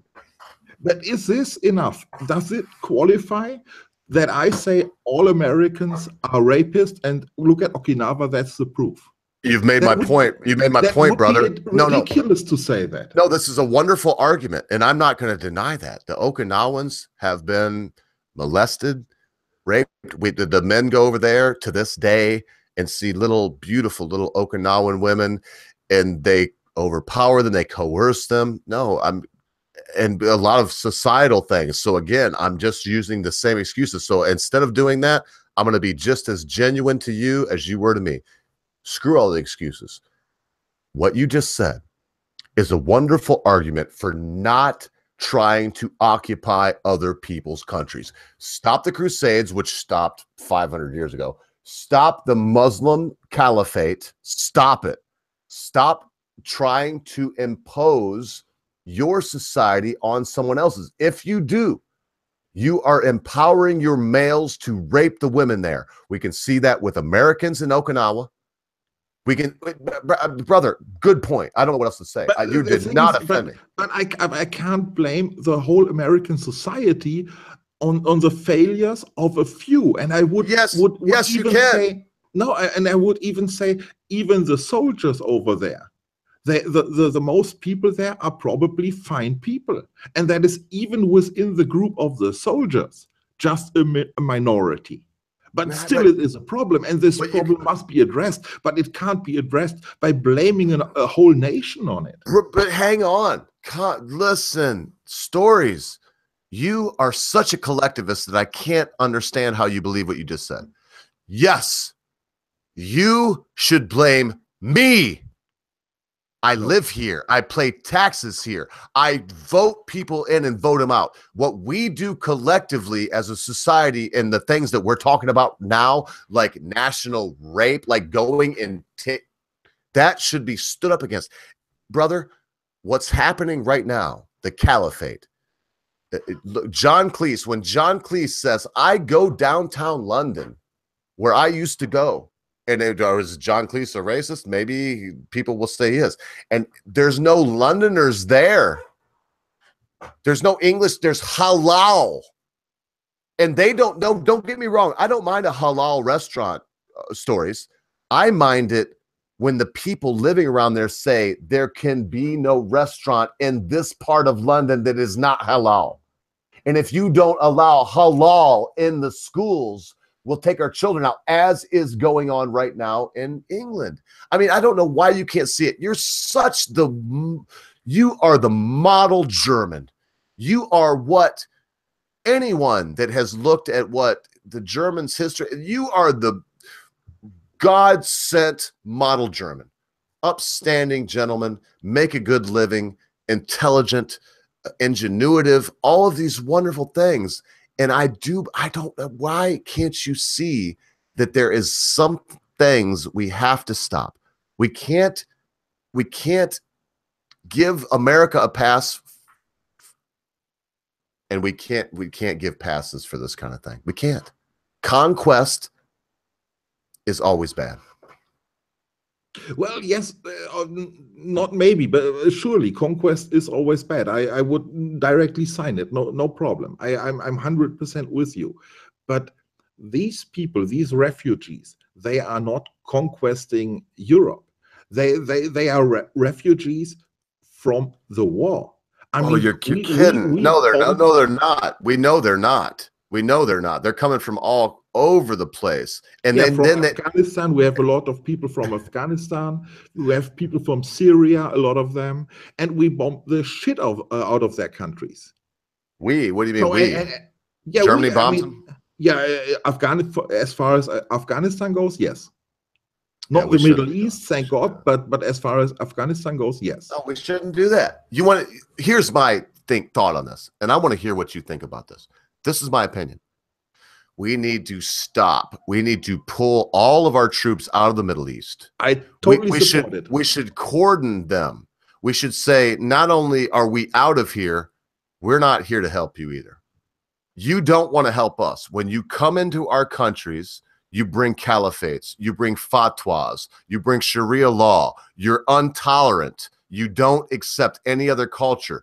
You will not integrate. Because of that, it's over. Buy and leave them alone. The only thing there is oil, and we get that. There's always going to be people. What about all the people who are in our countries and they integrated well? They should be gone, kicked out instantly. Anybody that hasn't, if someone in London hasn't integrated, if now they say you must observe Sharia law, and we're not willing to even talk about it, they should be thrown out of the country instantly. Why wouldn't you see that's a good thing? Somebody who wants to live by Sharia law is not integrated because we don't have a Sharia law in Europe. We have. Yes, you do. You got Sharia law over. Yes, you do. There's no go zones all in Germany. There's no go zones, sir. There are no go. You can go everywhere in Germany. And it's pretty much safe everywhere. It's not ridiculous because there are no go zones in Germany. There are no go zones in Sweden.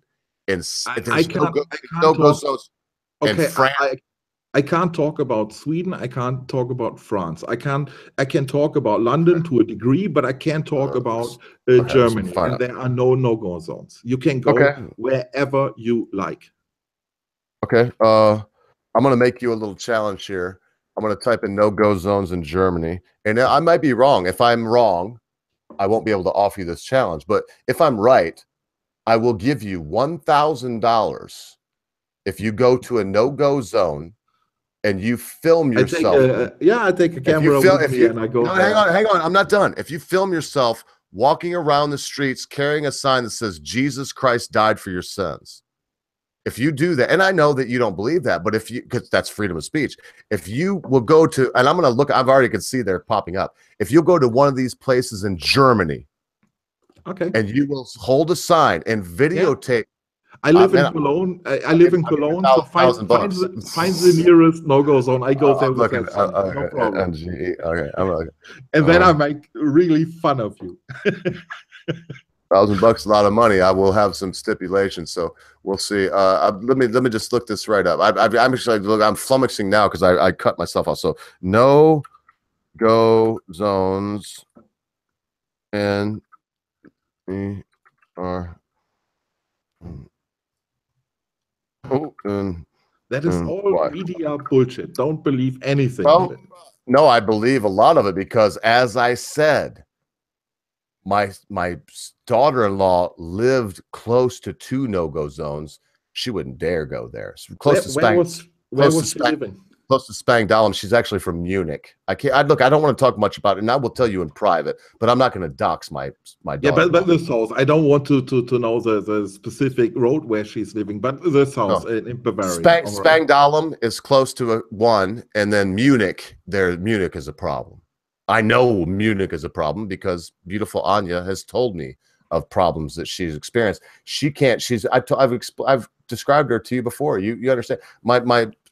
She's beautiful. She's 6'1", big buzz. She's German, man. Greenish blue eyes, long black hair. She's stunningly beautiful. She flabbergasts me from time to time, which is very hard to do. I'm used to being around beautiful women. Been married to one for 24 years.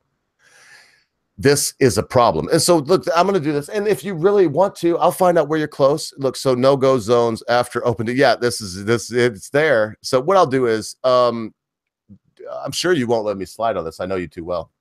Without eating up all our time to debate and talk, we're talking about, I'm not even going to say because I've got like 5 towns right now. So I will. But you can't just go into the city limits of a town and sit in the white. No, you would have to go to where I'm telling you. I will give you a cross street. Yeah, when I give you a cross street, if it's kind of close, I will go there. Yeah. The only way you'll win the $1,000 is if you're not harassed. If you're not told to get the fuck out of here. We don't believe in God. We don't believe in Christ. Fair enough. We're Muslims here. How long do I need to stand there? Like, I don't stand there for 24 hours. As I said, it won't be, it won't be 24 hours. As I said, it would have to be an agreed upon time of day.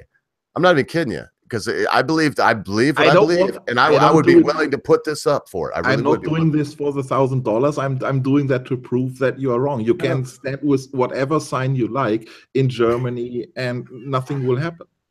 Okay, all right. If you don't draw a swastika on it, you can wear whatever sign you like, more or less. This says Germany no-go zones. Merkel faces lawless society after open door immigration policy. Angela Merkel has been warned she could face lawless societies in Germany if she does not tackle the rise of dangerous no-go zones where even the police are attacked. So what I'm going to do is I'm going to send you a cross street where I know police have been attacked, and I'm going to tell you that it will be at like 7, it would be dusk to 2 hours after. In other words, right when it starts getting dark to 2 hours after. And hey, if you want to stand there where you will get killed with a sign that says God is great and Jesus Christ is the only person that you should pray to, and I will say what needs to be on the sign. Don't get me wrong. I will say. I will not wear a sign that says like Mohammed is a dick or something. No Hitler, no besmirching of Mohammed. No way. No. It will only say Jesus Christ is the only way. That's probably what it will say. Jesus Christ is the only way. Repent and turn from your sins. It would be worth $1,000 to me to get you to stand somewhere for 2 hours with that sign, stories. But if you take me up on this, because I'm looking right now, man. I don't want to besmirch your country, so I'm not going to start shouting out a bunch of. If you notice, I've shied away from Germany as I was spitting out other cities. I don't want to besmirch your country, but I will. I'm looking. I will get the best one, the one where not only won't you be able to hold that sign, but if you were to go there today, right now, they would run you out. They would run you out. They would question you because you don't look like you belong. And that's Dearborn, Michigan. That's the Munich. Don't tell me about my country. I know my country you're pretty right, well. you're right. I mean, find out a zone near my area. I'm living actually right next to an area with really a lot of Muslims. No problem. I can go there. Good. I hold the sign. I do it at night. No problem. I will figure it out. I go there. Yeah. Well, so that said, we'll figure out where you're at offline. And we'll not your street address as you said about no, we don't want to dox you. You don't want to tell me where you live, but we'll figure out where you're at, and I'll find some place close, because if you're in, man, oh my goodness. And look, I feel like we're getting long in the tooth on this, because listen, folks, let me give a little disclaimer here. The reason I offered to have Welshmertz on today is because he's very intelligent.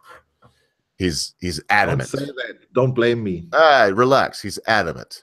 He believes what he believes in. I may not agree with what he said today, and I may have sound extremely combatant toward him to everyone, and everyone may think I think he's dumb. No, I appreciate what he believes. If anyone could sway my thought, if anyone could persuade me, it would be you be on the top of the list. You'd be in the top 5 Welshmertz. So that's part of the reason why I like these discussions with folks like you. So I don't know, brother. I've been on for a little while. I'm just going to ask you 2 things. 1, how long do you have? And 2, is there this topic beat up? And if not, what other topic would you like to get onto? Well, you know what I would really like to talk about, but you want to save it for a later point. I would really love to discuss this universal basic income thing, but that is probably not for today. Whatever economic topic you have, I would prefer to discuss. And okay, let me bring it UBI, right? Oh, that's what you're talking about. I'm trying to look through my notes. Yeah, we should save it for a later day with some more interesting guests. No, I wouldn't say so. For one thing, let's not mention the person, but I would just say, for one thing, the one that I think got you thinking about this, Welshmertz stories. I really like you, but I wouldn't let you debate him because I don't want to hurt his feelings. I don't know how else to say it. You wouldn't. It wouldn't be fair, is what I'm saying. It's just not fair. So if you want to bring up that, we would debate you on it. But none of us here on church have an opinion that is intelligent enough to honestly debate you. So you saw something that had to do with UBI. What I want to do is, if you're willing, I want to give you this platform to give your side of good or bad on UBI. Well, hang on. And first, please explain what the hell it is, even to me, so I know what you're talking about. All right. So UBI stands for Universal Basic Income. That means basically that everybody should get money from somewhere from heaven. In reality, that's government, to make a living.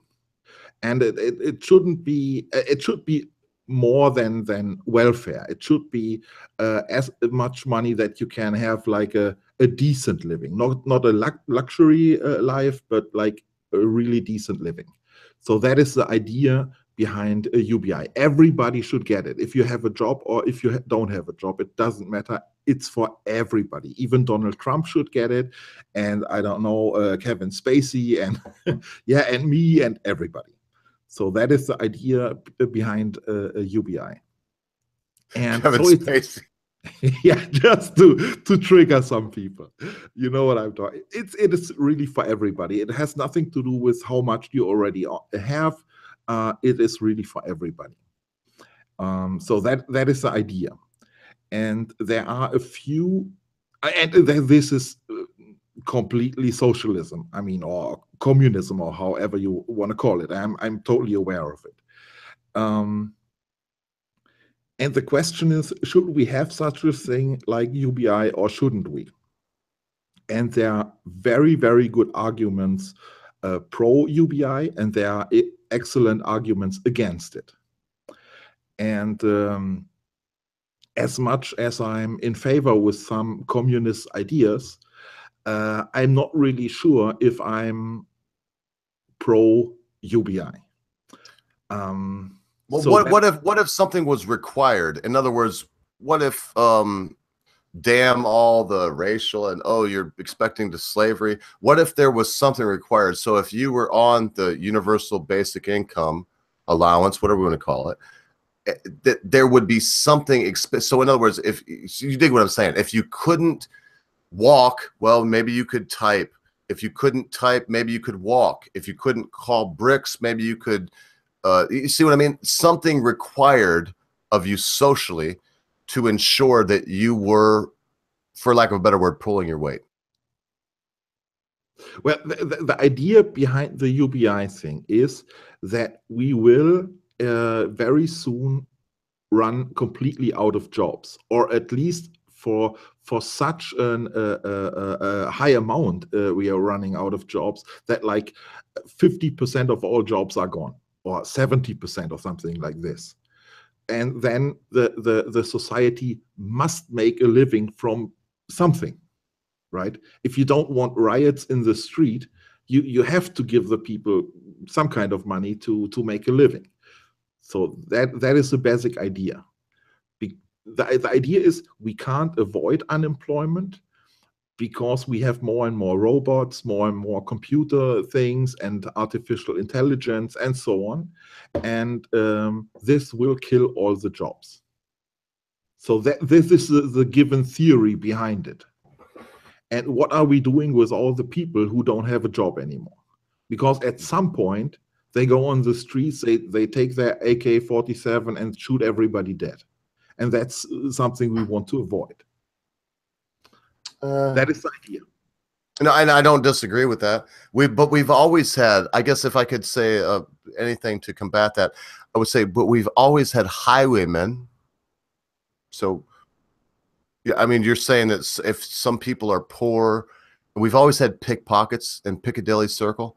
We've always had highwaymen. We've always had people that rob us, that try to steal from us, that were trying to find the easy way out. Yes. So how would it be different? I mean, why would we, what do you honestly think that there's a social social norm? I don't want to say social construct. I almost did. That's a good old word too. Stories are stealing from us. Is there so I'll use it. Is there a social construct we could use to, really alleviate this? Do you believe that? And if so, what is it? What laws? And it is a UBI. Is that it? I think that UBI is the wrong way to fix it. I mean, I see this coming. I would agree that we will lose our jobs sooner or later. So tell us the way. If I can prod you, tell us the way to fix it. Well, anything, Stories. You are God right now. Tell us how you'd fix it. Well, okay. So in my opinion, there are only three different things of value. Yeah, it's not that gold has a value, or the latest iPad has a value, or shit like that. The latest BMW has a value. The only real three values are labor, your own labor that you have, that is knowledge, and it is land. These are the only three real values, and with these three values, you can create everything from this. And in my opinion, we should give people the knowledge and the land. That would fix a lot. And we shouldn't give them money, because if you give somebody money every month and he don't need to care about his life anymore, then it's not only that they get lazy, they don't see any meaning in life anymore. Well, what about the people that are unable to learn, and those that would be terrible stewards of the land? If you know what it was, what I was saying. People that would destroy the land, million cars that are broken on the land. So what about people that can't learn and there are a lot of them in our society. The idea that Sure. give free or to let everybody go to university. No, good God. It's psychologically speaking and sociologically speaking, as I know a little bit about, there should only be about 12 to 14% of people going to university, because the remainder are mechanics and ditch diggers. And I know nobody likes to hear that stories. It sounds, oh, you're saying no, but I'm not. No. You're telling the truth. I totally agree. The difference should be that everybody should have the option to. Yeah, not when I say like give everybody a piece of land, I'm not saying he should use this land to be a farmer. Maybe he wants this land to, I don't know, maybe this land is like a garage, and then there he can start to repair cars or build computers or whatever he likes to do with it. Yeah, education, knowledge. Maybe some people want to go to the university. Others may probably want to learn something different. Yeah, that is not the point. It's not what they learn, but you should give them the opportunity. That there should be a sense why you're living. And it can't be I'm the only reason I'm living is that I want to see the next Netflix series or something. There should be more meaningful in life. Yeah. And money has no meaning. Yeah, money is something. Yeah, unfortunately you need money to survive, but that is creating nothing, and that's why I think UBI is not the solution. Well, no, because you're just making a fiat currency larger. You're just saying, because the Caesars in Rome tried this. The emperors for a long time. Yeah, they would just say, okay, now I'm the new emperor. Oh, I need to pay homage to the legions, and they stamp more coins and they just flood it. And no, it never works. Fiat currencies are, I'll be honest, man, this will make me sound probably crazy to you, Stories, but to me, the only economy that really works is barter. To trade, barter, to trade. Barter, to trade directly. So in other words, to barter is to say, Stories, you can edit video very well, and I raise chickens. So to barter would be, okay, Mr. Ogre, here's some video stuff I did for you, and oh, thank you, Mr. Stories, here's 15 dressed chickens ready to be frozen and put in the pot whenever you want. You see, that would be barter. Yeah, well, I mean, as a tribe, you can live that way. As a tribe, that works pretty much. Well, that's the way that countries exist now, because when you hear us giving aid, I think you're smart enough, you're savvy enough to understand the stories. When they say Germany has given aid and they talk about the dollar amount, Germany didn't give anybody money. Exactly, I agree. They sent wheat, grain, food, commodities. And so we already, on a global scale, when you look at economics on a global scale, it's already the barter system. So to say that it would only, because I hear that argument, very good argument, but I hear it all the time, it would only work on a tribal. No, it works on a global scale now. When we talk about trade, but it's not working so well. Like when you live in a city, you can't trade like 4 horses against a car. You know what I'm saying?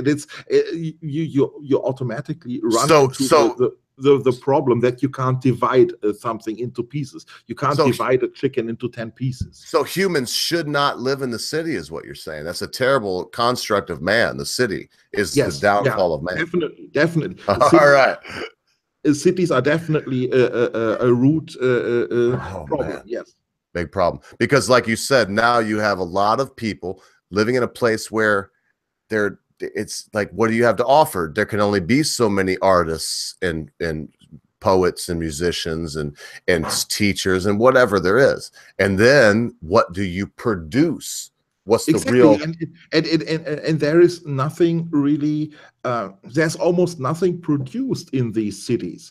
I mean, stop the food supply for a city, and after 10 days, they start shooting themselves. Oh, they're killing each other to eat themselves. Yeah, absolutely.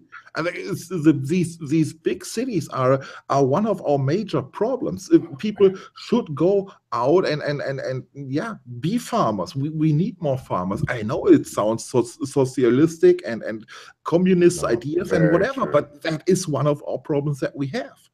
Yeah, very true. We need more farmers. The factory farm has destroyed the hinterland, because now what they do is, instead of needing 1,000 farmers, you need one. And so it's worse than that. It's really where you used to need 50,000 farmers, I would say 100,000. Then think of all the stupid managers. I mean, you have 5 people in the car shop repairing cars, and then you have another 50 people managing them. That is ridiculous. Well, I'm saying on the farm is the exact same thing. You have 50 people back repairing the tractors and then overseeing and everything else. I mean, in the end, it's not, because they like to say that we produce so much more now.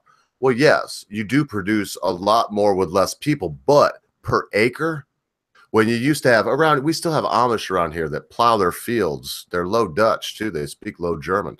They plow their fields with the muckamucks have a 2 or 4 plowshare and plow them with 2 or 4 Belgium draft horses. The poor ones, when we say poor Amish, there really is no such thing. But the ones that aren't well-to-do like those, they have 1 horse that pulls 1 plowshare. I've driven by in the morning going to Clare, Michigan, from where I live right now, and seen a field with 2 rows plowed and an Amish dude on his one with the horse. I mean, you got to see the lead around his neck, and it's work. And when I come back 4 hours later, he's got 5 acres plowed, just going back. And why? He don't stop working. Is that something to be ashamed of? No, absolutely not. No. That is, in my opinion, that is the future that we face. Because why can't we manage to get these results out of farming? Because we use a lot of energy for these giant machinery, but we will run out of this energy. There is not so much oil like in the 50s or in the 30s. We will run out of oil. That is a question of time. Maybe in 10 years, maybe in 50 years. I'm not Nostradamus, I can't tell, but we will run out of oil. That's so funny, because if you were Nostradamus, the quatrains he wrote, where you could, even with the speculation and all the twisting, he was only about 5% right. So I think that you and I could sit down and make better predictions than Nostradamus. But good point. Everybody looks at him as a genius. I got to say this, though. Wonderful talk. I expected to go, as usual, you popped in right as I was going to go, stories. But you're so interesting. I hung around, man. It's good to have you here. Very, very rarely I meet someone that I can talk about that doesn't agree with me, but we leave friends at the end, even if we agree or not. It don't matter, and I think that we should be a good example to people. I don't blame you for your ridiculous opinions. nor I for you. So what I want to do is I don't want to break the sacredness of church, and I would consider this church. It's on this channel where we do mostly live streams, even though it don't say live stream, it just says over. But you notice I don't do many videos. So what I want to do is I want to give you your final word. I'll say mine. And then, look, brother, I've got an appointment at 2:30 p.m. Eastern Standard Time, which looks like it's about 23 minutes away. So we'll do that, man. Good to have you on. Give your last word. Make it good, and we'll wrap this thing up. Yeah, to do you a favor, thank you very much for being here, Mr. Olga. And, yeah, get to your appointment. Oh, Lord, that was much faster than I thought. So I'll make it very quick on my part, too. Remember, don't look, those that would judge themselves by themselves and among themselves are without wisdom. Don't look to yourself, look to the ant. Don't look to yourself, look to the rooster. When I think about how can I be a better person, I look to my animals. I don't look to humanity. If you want to see how to be, as I've said earlier on this stream, inquisitive, aggressive, destructive, well, look to humanity. If you want to see how to be selfless, while you're taking care of yourself, because my chickens, I got to admit, they're pretty selfish also. They love their food. But that mother, when you hear the mother hen go, make this funny sound and spit the food out. And so do the roosters. When you see my beautiful rooster that's gone now, taken by a hawk, when I would watch him find a worm, or when I fed them and he'd be calling his hens in, he would throw the food. He wouldn't even eat. He wouldn't eat until he looked around and saw all his hens eating. I hope that Stories and I, that the Common Sense Guy, that the Britisher, I hope that we can be that rooster to you folks. That's why it broke my heart so much today. I hope that we can find the nice tidbits. We all here may not agree on what the nice tidbits are, but I hope that when we find them, we are more than willing to show you folks what they are, and to invite you to come and to partake in this wonderful bounty of knowledge, of ideas, of thoughts. Hey, they can't beat us if we continue to share ideas and our thoughts with each other. And listen, folks, if I can't make any other point today, if nothing I've said made sense, if you just came here to mock an ogre weeping tears over his beloved rooster that passed away today valiantly, remember this: be good to your friends, be good to your family members, be good to your loved ones. Be quick to say you're sorry. Be even quicker to accept an apology, especially when that thing your friend, your family member, your loved one has done seems to be so huge, you'll never be able to forget about it. Because, constant viewer, my beloved brother Welchmer Stories, at a time we think not, our friends, our family members, our loved ones, our life, our cause, and everything we know, love, and hold dear will vanish like dust in the wind.